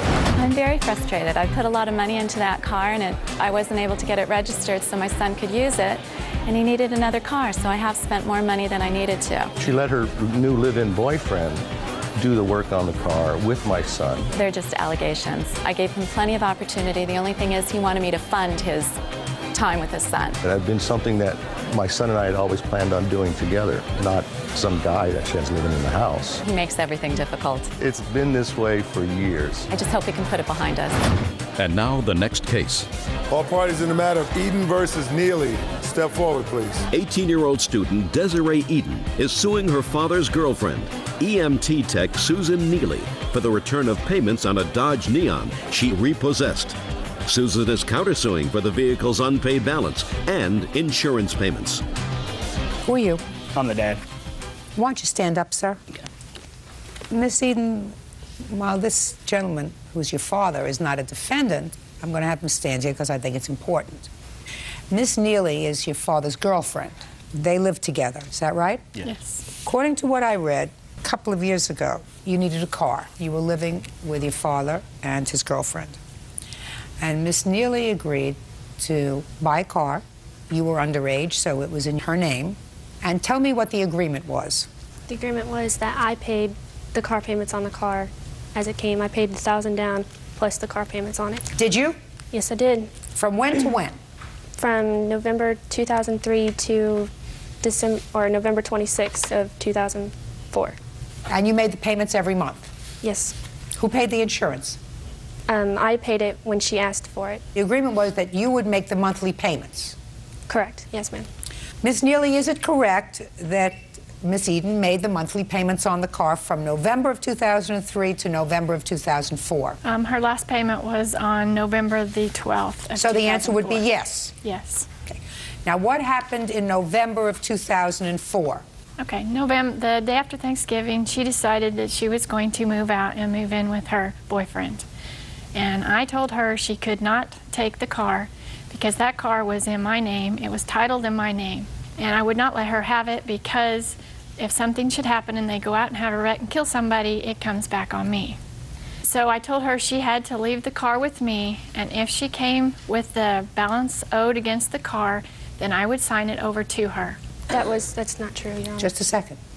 She did not come up with the $2,201.93 that was owed against the car, so I would not allow her to have it. Well, wasn't your agreement. Miss Neely, that wasn't your agreement. Judge Judy continues in a moment. It's really dumb to hitch your wagon to a star when you're 18 years old, especially when the star isn't such a star. Real cases, real people. Judge Judy. 18-year-old Desiree Eden says her father's girlfriend, Susan Neely, illegally repossessed her car. Susan says she took the car away when Desiree moved in with her boyfriend. When did you turn 18? May 23rd. Of 2004? Of 2004.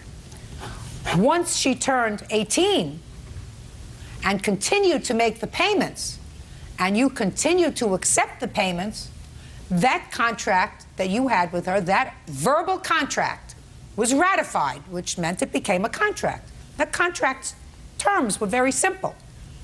You make the payments until the car is paid off, I'll sign the title over to you. That was your contract. But she's no longer making payments. She stopped making payments because you wouldn't let her take the car. Correct. Your Honor. What we're talking about is an anticipatory breach, which is you said to yourself, I'm not so sure whether she's going to continue to make the payments on the car if she's not here and living with the boyfriend, so I'm not going to let her have the car. That's what you really said. Well, our insurance company told us that. Hey, don't tell me what your insurance company told you. The insurance company cannot interpret a contract that you had with her. Your Honor. Yes. Also, when it was told to her when we decided to get the car for her, it was also told that she would stay in school, and it depended on her grades. That way we could also use the car. If she started slipping a little bit, we could take the car away from her. She hadn't slipped? Sir, she just decided to move out and move in with her boyfriend. Exactly. But after that is when she lost her job. She quit school. I did not. But just a second, just a second. Mr. Eden, at the time she left, she was making the payments. Yes. She was in school. Yep. And she had a job. Yes. You can't anticipate what's going to happen afterwards. Where's the car now?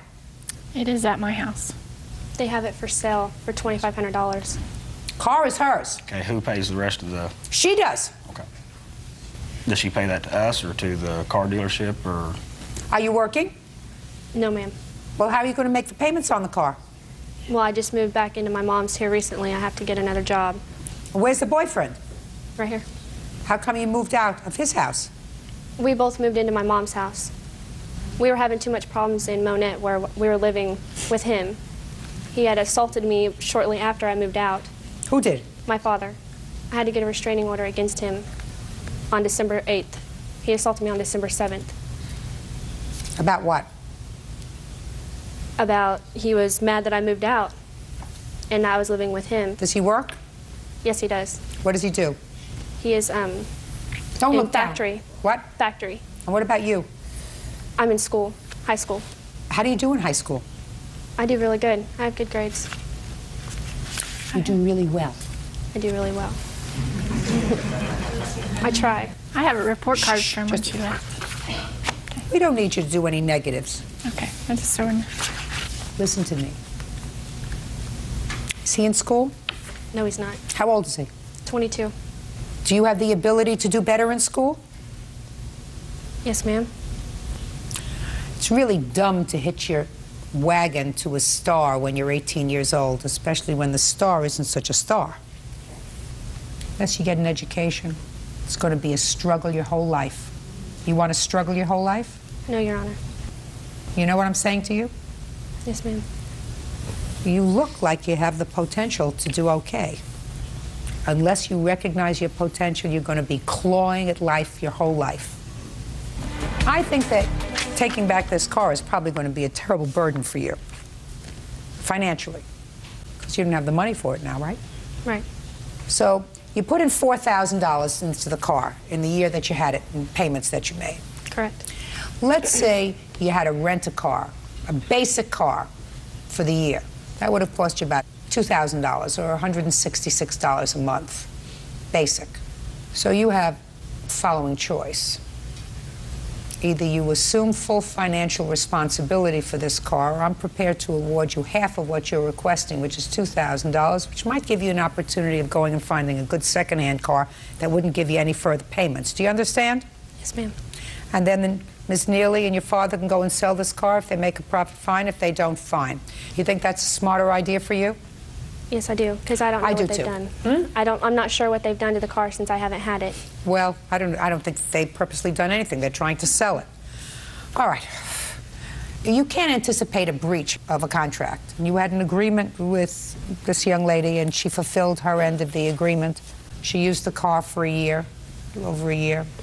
She understands that that's wear and tear on the car. I'm awarding her $2,000. Be smart. Buy wheels so that you can get yourself to and from school and to and from a part-time job. Do well in school. Think a little higher than what you know. Think a little higher. Think, can I reach my potential, and what is that? Okay. Do you understand? Yes, ma'am. You don't have any children, do you? Oh, no. Right? Right. Right? Right. And you don't plan on any for a while, right? No, ma'am. Very smart. Make sure. Judgment for the plaintiff for the amount of $2,000. That's all. Parties are excused. You may step out. Now, this is case number 97 on the calendar in the matter of Cook versus Jones. Parties have been sworn in. Judge, you may be seated. Sir, have a seat, please. What clothes are those, Miss Cook? This is wedding dress and two bridesmaids dresses that are, related to the case. Not related to the case that I read. According to your complaint, you and the defendant, who had an on-again, off-again relationship, leased a house together. The relationship terminated. You feel as if he should be responsible for half the rent on the house. Yes. That's what your case is about. Yes, I just brought these because... Don't need them. Okay. Put them over there. They're distracting to me. Okay. Mr. Jones has a counterclaim, and he says that you have a whole bunch of furniture and property that belongs to him. You locked him out of the house, and he couldn't retrieve the rest of his belongings, even though he didn't live there full time. Right? Yes, ma'am. Okay. You have a copy of the lease agreement? Yes, ma'am. Could I see it, please?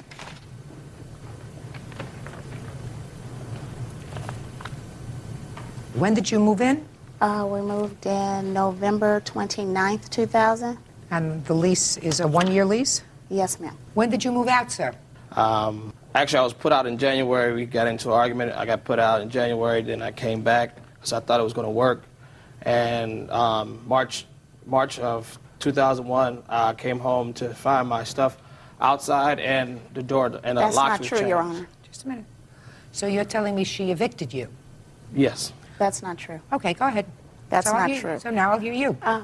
We moved into the home. We had gotten engaged previous to that in September. We moved in November. Mr. Jones left a week after that, stating that he wasn't sure that this is what he wanted to do. He needed to get himself together. So he left and went to stay at his parents' home. We talked off and on. He stated he wanted the relationship. He wanted us to get married. He came back in January. Okay. He left in March. Well, that's what he says, but under what circumstances did he leave? He didn't feel right. He didn't feel right. He felt that the relationship wasn't going well, that his world was crashing down around him. He needed to get himself right. And if he wasn't right, he couldn't be right for me. So that's when he left in March. He was gone approximately a week. He told me he was moving back in, and I just happened to see him in a pawn shop when I went to pay some bills with his truck full of some of his belongings. I went in there and asked him what was he doing. I thought you were coming home. He said, oh, I changed my mind. I need to be gone a little longer. When I got to the house, I noticed he had moved a lot of his things out, and I changed the locks to make sure that he didn't take anything that didn't belong to him, and I told him if he wanted to take anything else, he could do it while I was there, but when my children were not there. Does that sound right to you? No, ma'am. When she seen me at the pawn shop, I was there with my friend James. He was purchasing some jewelry for his wife. She seen me? Yes, she did see me.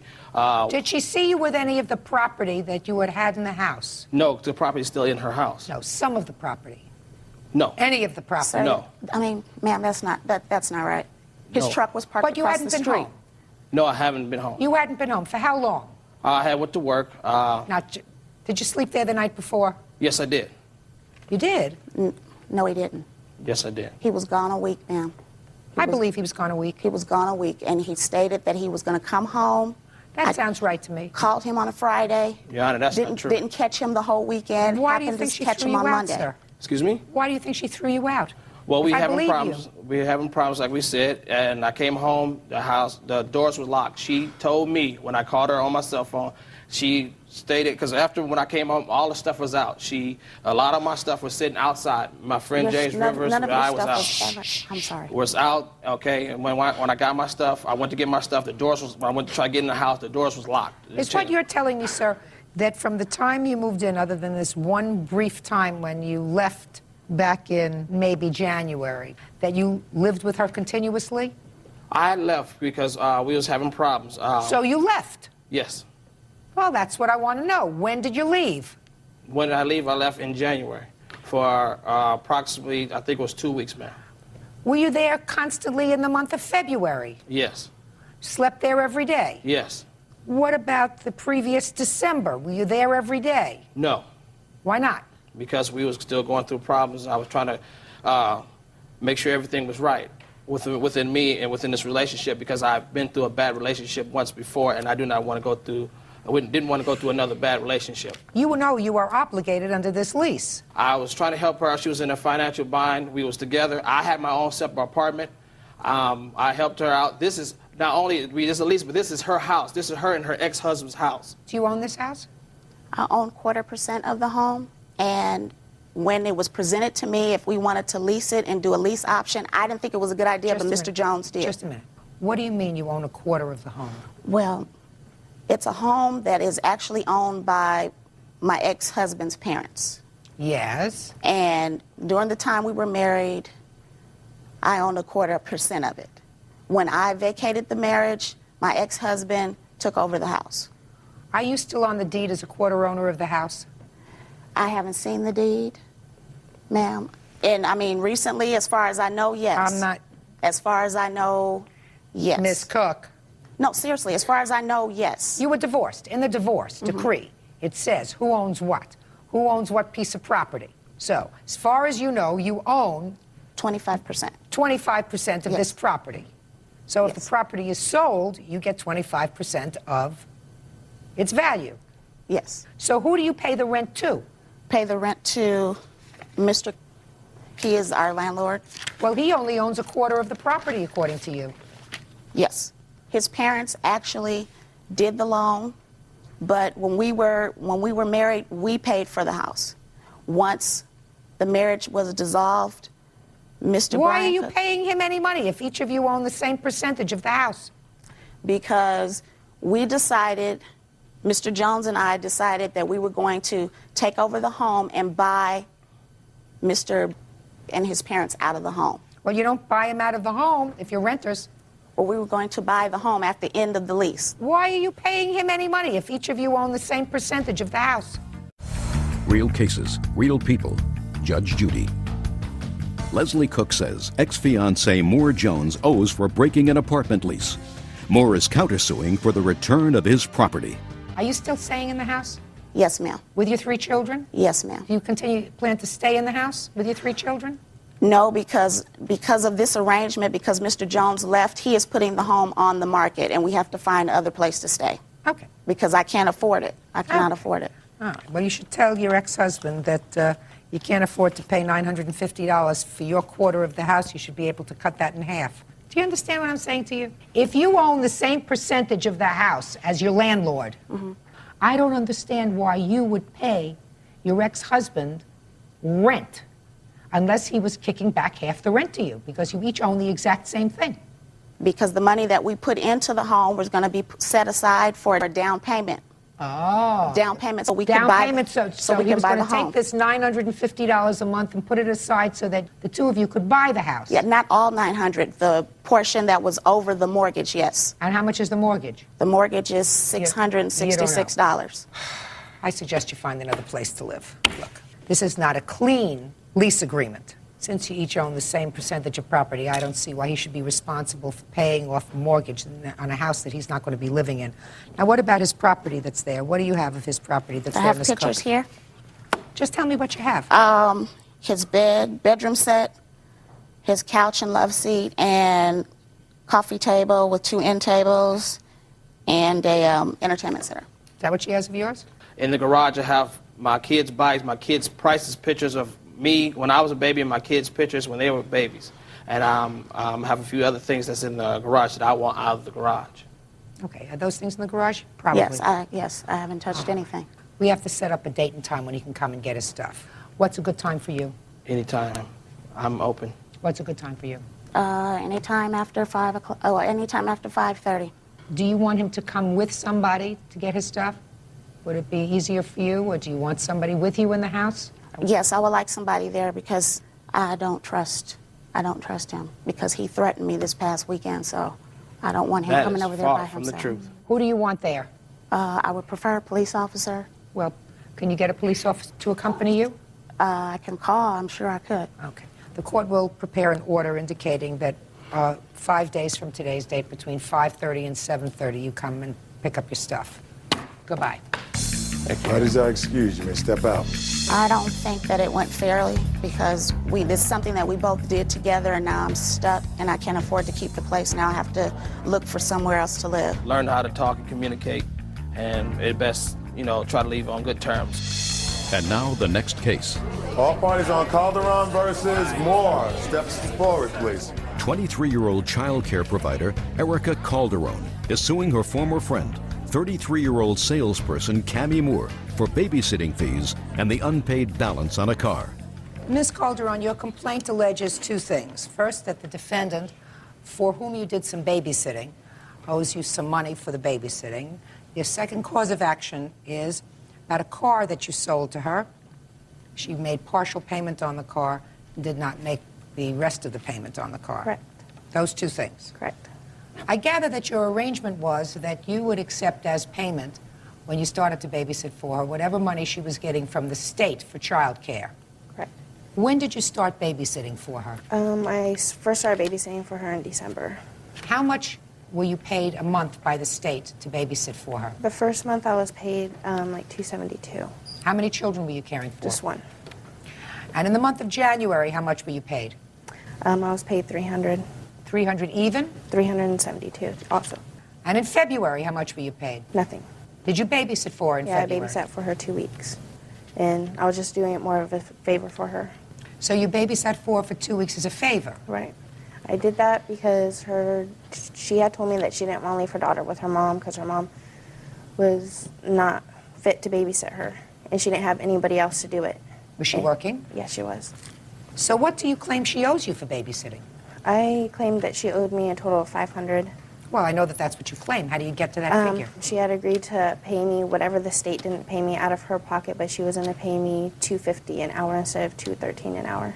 But I also babysat for her while she went on a trip, and she had told me that she was going to pay me $160 for that, which she did not pay me for that either. How many hours a day did you watch the baby? I was babysitting her up to 18 hours a day.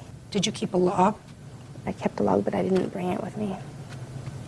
But I have the proof saying that I babysat her that many hours that month that she also signed. Oh, I'd like to see it.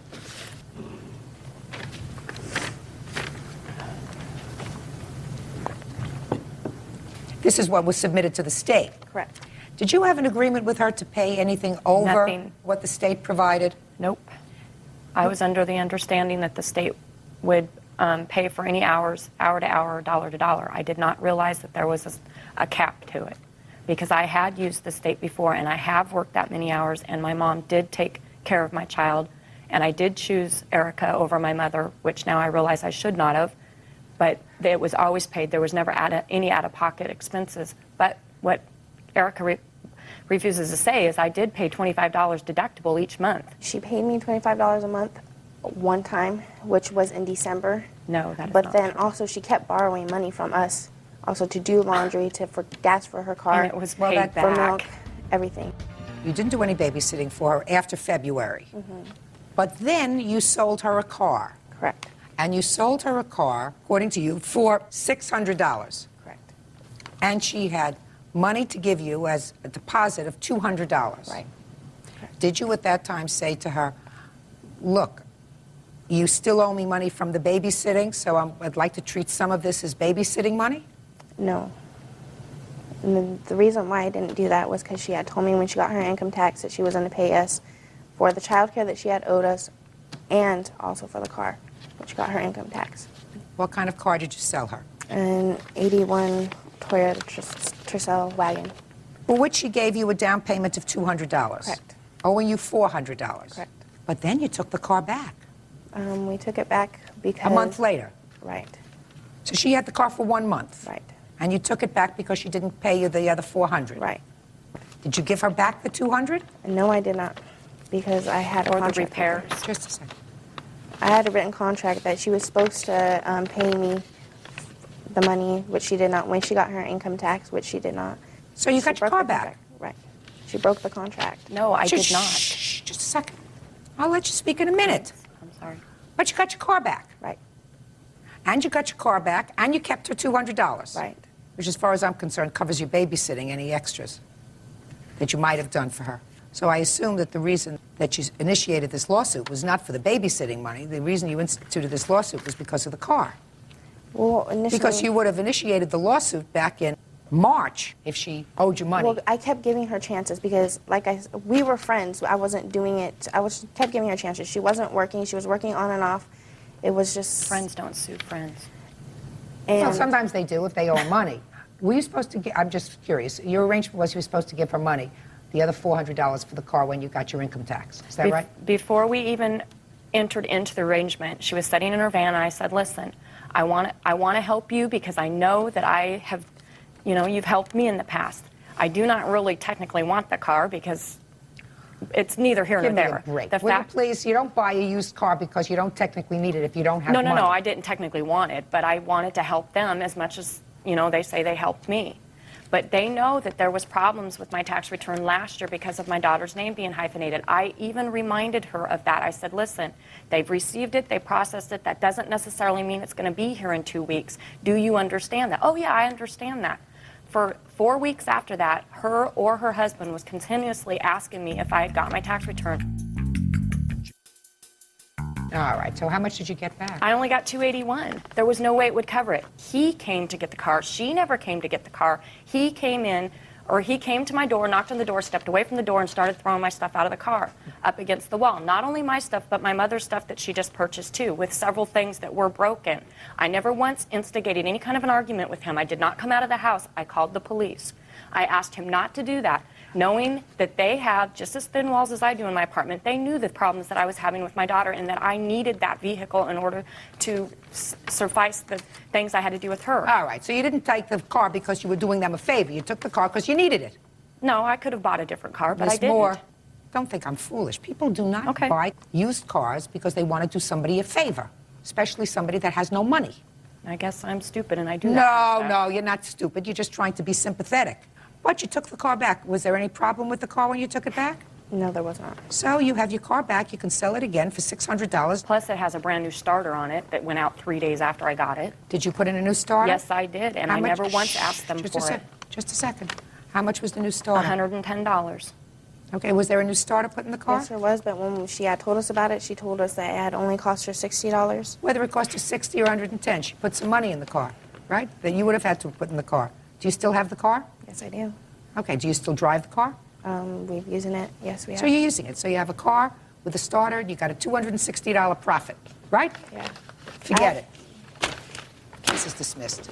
Parties have been sworn in, Judge. You may be seated. Gentlemen, have seats, please. Ms. Ludante, it is your complaint that the defendant... What is that vacuum cleaner doing here? That's my vacuum cleaner that's busted right now because my hair is inside of it. Could we do something with that vacuum cleaner and take it away, please? Or just put it so I don't look at it. Props I don't need. Thank you. All right, Ms. Ludante, it is your complaint that you had a hair process done by the defendant, and as a result of the faulty process, you're losing your hair. You want him to pay $5,000 for the treatments you're going to receive over the next 5 years, et cetera, et cetera, et cetera. The defendant is counterclaiming because he says you stopped payment on the check and never complained to him about the process. That's what the case is about? Yes. Yes. Okay. How long had you been going to the defendant's salon for service? Almost a year and a half. And he had done work for you satisfactorily before? Yes. What kind of work? Extensions put in my hair and a bonding process. Explain that to Bird. It's He a doesn't powder understand and it. a glue that you put into your hair to make your hair fuller and longer. You put glue into what part of your scalp or your... No, it's put into my hair, into each strand. Okay, and he's been performing that service for you for well over a year. Right. And you've had no problem? No. Good. So when did you start to have a problem? When he gave me a $1,200 process and promised me that it would last me 9 months. Okay. When was that? When did he give you this $1,200 process? On April 24th. Tell me about it. Did you go in for a normal glue job? I was going to get, the regular bonding done. He says, I have a new process for you. It's going to cost you $1,200. And he dyed my hair and he put the $1,200 process into my hair. I'm going to get to you in a second. What was the difference, as he explained it to you, between the old process and the new one? Okay. It's supposed to be a protein-based glue. So instead of making my hair damaged, be more beneficial to me to have healthier hair and go back every 9 months instead of every 3 months. Okay, so you go in on April 24th, and he gives you this expensive bonding job. Right. What happened next? The 25th, I noticed my hair was all orange. I called him up. He said, come on in and I'll fix it for you. Okay. And he fixed it for me. Tell me what he did. Excuse me, Chuck? Take the thing off. Look what he's done to my hair. Talk to me. On 4/26, he recolored your hair. Right. Has that ever happened before when Never. you colored your hair? Never. Okay. Then what happened? He told me not to wash my hair for 48 hours from the 24th. The 26th, I washed my hair. That was 48 hours. And as I get in the shower,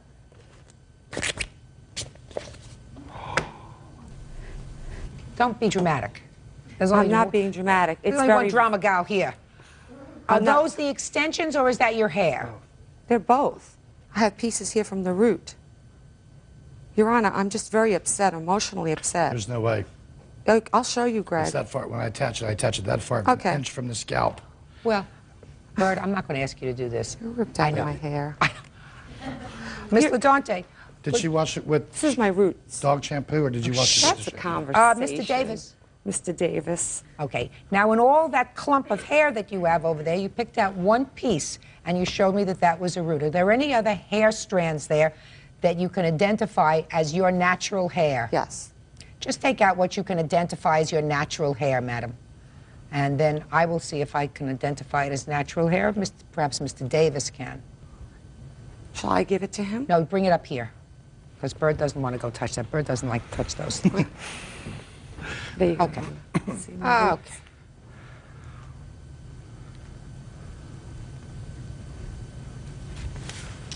What I see is the extensions came off, and I see some dark hair. That's my root. Okay. All right. So of all that mess over there that you have over there, this you say is your natural hair. Well, some of it in here is... Not all of this is your natural hair. This is extension. Yes. Take the rest of that clump there, put it back in where it belongs. Very good. The whole thing. This too? That's all came out. This all came out. It's all came out. So it's not your hair.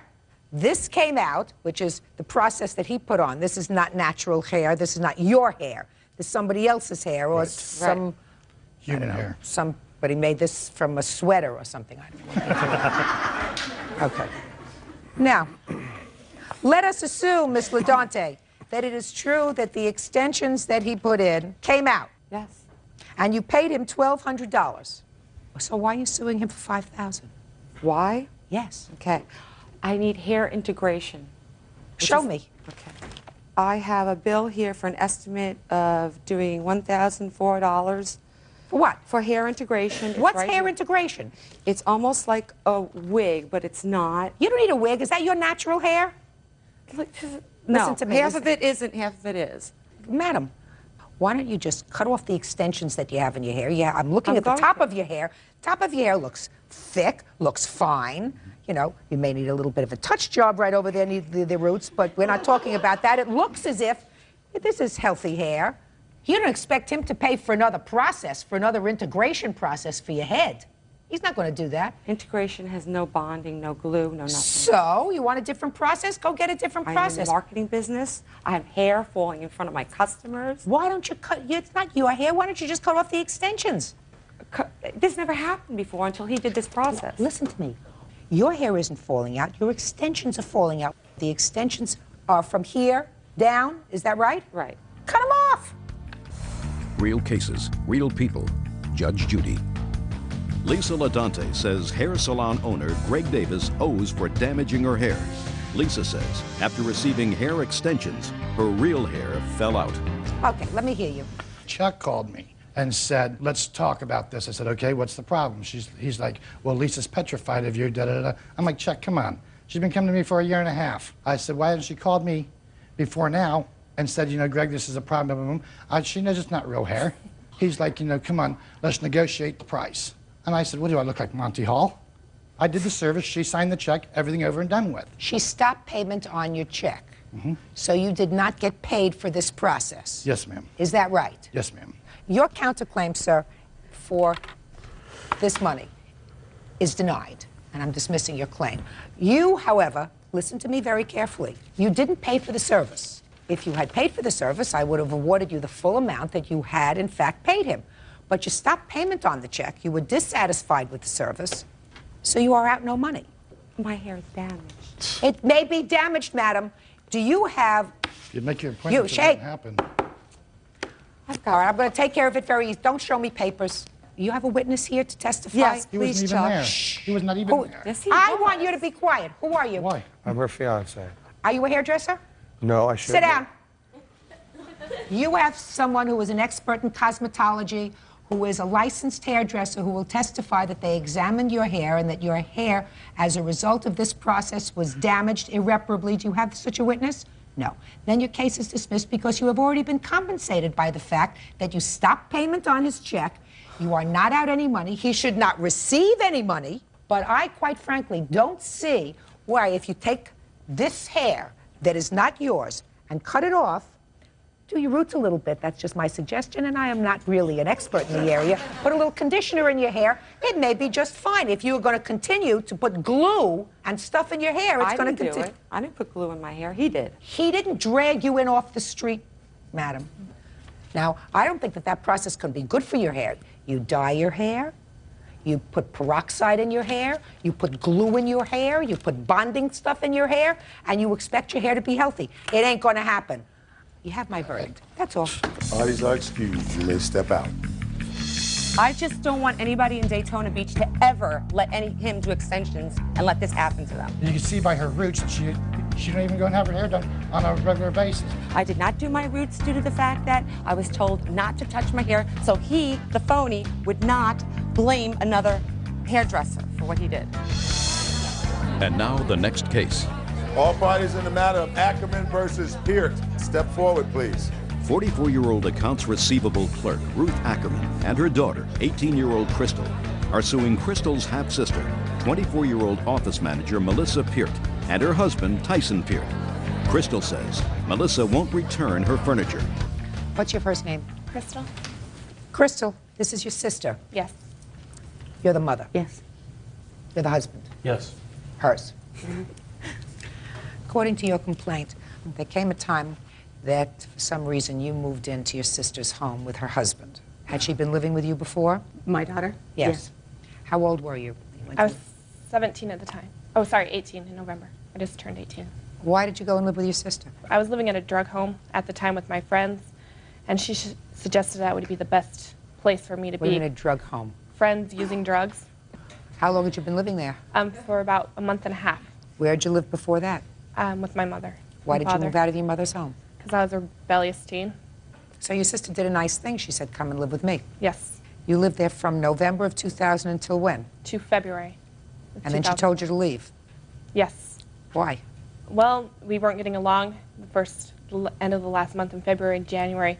Weren't getting along. She did kick me out about 5 different times. Were you breaking the rules? Yes. This lawsuit says that when you left 2 things there. One was a chest and your bed. Correct. And you want those things back or their value. Your sister says she held on to them for about 6 months and then got rid of them, right? Mm-hmm. Where did you go after you left your sister's house? I moved in with a friend into an apartment. Why didn't you take your chest and your bed? We couldn't fit it in. Did you tell your sister that? Yes. What did she say? She didn't say anything. She Did was she very let- silent towards me. You were angry with her? I was, Your Honor. I gave her 7 days to move her stuff out. And this chest and bed, were they in a room that you needed? Yes, they were. She doesn't have to keep your stuff forever. A couple times I was trying to make arrangements with my friends to get a truck to go in there and get my stuff out. Unfortunately, I have no truck. I have a little car, can't fit a bed and cedar chest on top of it. When did you sell it? June. Who did you sell it to? I sold it to a coworker of my husband's and to a friend. Okay, how much did you get for it? Total together, I got 110. Now, your daughter moved out in February. Mm-hmm. Did you call your other daughter in February or March and say, I'm going to come and pick up this bed? No, I didn't. Why not? We actually did tell Crystal that she could store the stuff at our house. We kept telling her to go get the stuff. And she didn't? And she did not go get the stuff. When you moved in with your sister, you lived there for November, December, January, 3 months. Did she support you? Yes. You weren't working? No, I was looking for a job. I had a job when I was living there, and I did lose the job. So your sister took care of you? Yes. So why would you want to sue her? I just want my stuff back. She doesn't have it. Well, I want what she sold. That's my bed, my cedar chest. My cedar chest means a lot. I got it for my 16th birthday from my parents. I mean, Well, she sold both things. it's valuable stuff to me. She doesn't have them. She kept them in her house for months. You couldn't get a truck. Your mother wasn't talking to her directly. She was talking to you. She could have stored the stuff but never made arrangements. And I assume that you and your other daughter are not getting along for some reason. Is that right? In the last couple of months, yes. Prior to her moving out and that, no. We were fine. Your Honor. Yes. And the reason why this pretty much whole thing started because I found my biological father, and when my grandfather passed away in May, he was asked to be a pallbearer, not my stepdad. So now the family's mad at me because I found my real dad, and they're just vindictive towards me right now. She found her father 5 years ago. And I knew that 5 years ago, and I accepted that as long as she kept it to herself. Her father signed legal rights for adoption. He wanted nothing to do with her. And within my books of my feelings, he had no rights to her at all. I did tell her, that's fine, but you keep it to your side, your family, that's fine that you've seen your father. I did not need it in my life. I didn't have to have it in my life. My father that passed on was my father. She was only a granddaughter. A funeral is for the people who are alive, not dead. And my father wanted a quiet family funeral, and he was not my family. He might have been my daughter's, but he was not my family. So due to that, yeah, we got a lot of hurt out of it. It's time for it to be over. It is. And because of all this, Crystal decided to go get her stuff. I kept telling her to get it. Crystal was sick the day she made arrangements to go get the bed. I went with my daughter, Tracy, to go get it, and she was not home that day. So within 2 days, she had sold the bed, apparently. But meanwhile, she took care of your daughter. And if the bad feeling that exists now between you and your daughter has to do with her finding a biological parent and involving him in your father's funeral, which is, I assume, what you are hurt about, you have to understand something. When you make choices, you made a choice, you had a child, and so did her biological father at that time, and I assume you were both much younger, but children have a natural curiosity. Children very often have a need to know their biological parents. Even if her adoptive father was wonderful to her, there is sometimes that need. And maybe it was wrong for her to involve her biological father in your father's funeral. I don't disagree with that. But it's over. It doesn't mar something forever. It doesn't mar that Your Honor, it wasn't me involving him into the funeral. It was actually my grandfather's wishes. They were very best friends in the past, and within the last 5 years, he begged me to bring him around because my grandpa was on his deathbed. And I brought him around only under my grandpa and grandma's wishes, and it was my grandfather's wishes to have him there. It wasn't me. I had no idea. Did you tell that to your mother? I surely did. I don't Certainly believe did. it. I'm next to my dad on his deathbed. I was about the last one to see him before he went into his coma. Well, what about your mother? Did your mother tell you that that's what he wanted? My mother didn't tell me until the day we was at the funeral home making the arrangements of who the pallbearers were. That's but when did she your told mother me. tell you that that was your father's request? She said, I don't believe her. Then you don't believe your mother and you don't believe your daughter? No. Then you have a problem. No, because in Christmas time... No, then you have a problem. My father said what Melissa was doing was wrong. So why would he found something different? Maybe it's because that's what he thought you wanted to hear. Why would your mother, who I assume lived with your father for how many years? 30 years. 30 years. Why would your mother do something that she knew was exactly the opposite of what your father would want done at his funeral? In any event, she doesn't have the bed and chest anymore. She sold them. Did you tell your mother you sold them for $120? I miscalculated. I apologize. We have the bills of sale. I have the Can I bill of see them, sale. please? I actually And the sold. rental agreement that Crystal signed. I have the bill of sale on both of them, and I actually sold them on the 11th of May and the 1st of June. I arranged for pickup on the 4th of June. After I gave Crystal, I talked to her, wanted to give her one last chance to make arrangements to come get it, but she didn't. You have any problem giving your sister the $110 you got for her things? I do. Chris, Missy didn't sell the bed I want to for- explain something to you. This is a non-case. $110 is what she sold the stuff for. You're suing for $600, which is ridiculous. It costs more than $600 to feed you, take care of you, provide you with a home for 3 months, which your sister did, so I have no idea what you're doing here. However, I don't think it's fair that you keep the money for her things, so I'm going to give her the $110. That's it. Do you understand? Instead of saying thank you, you sue her. Ridiculous. Goodbye.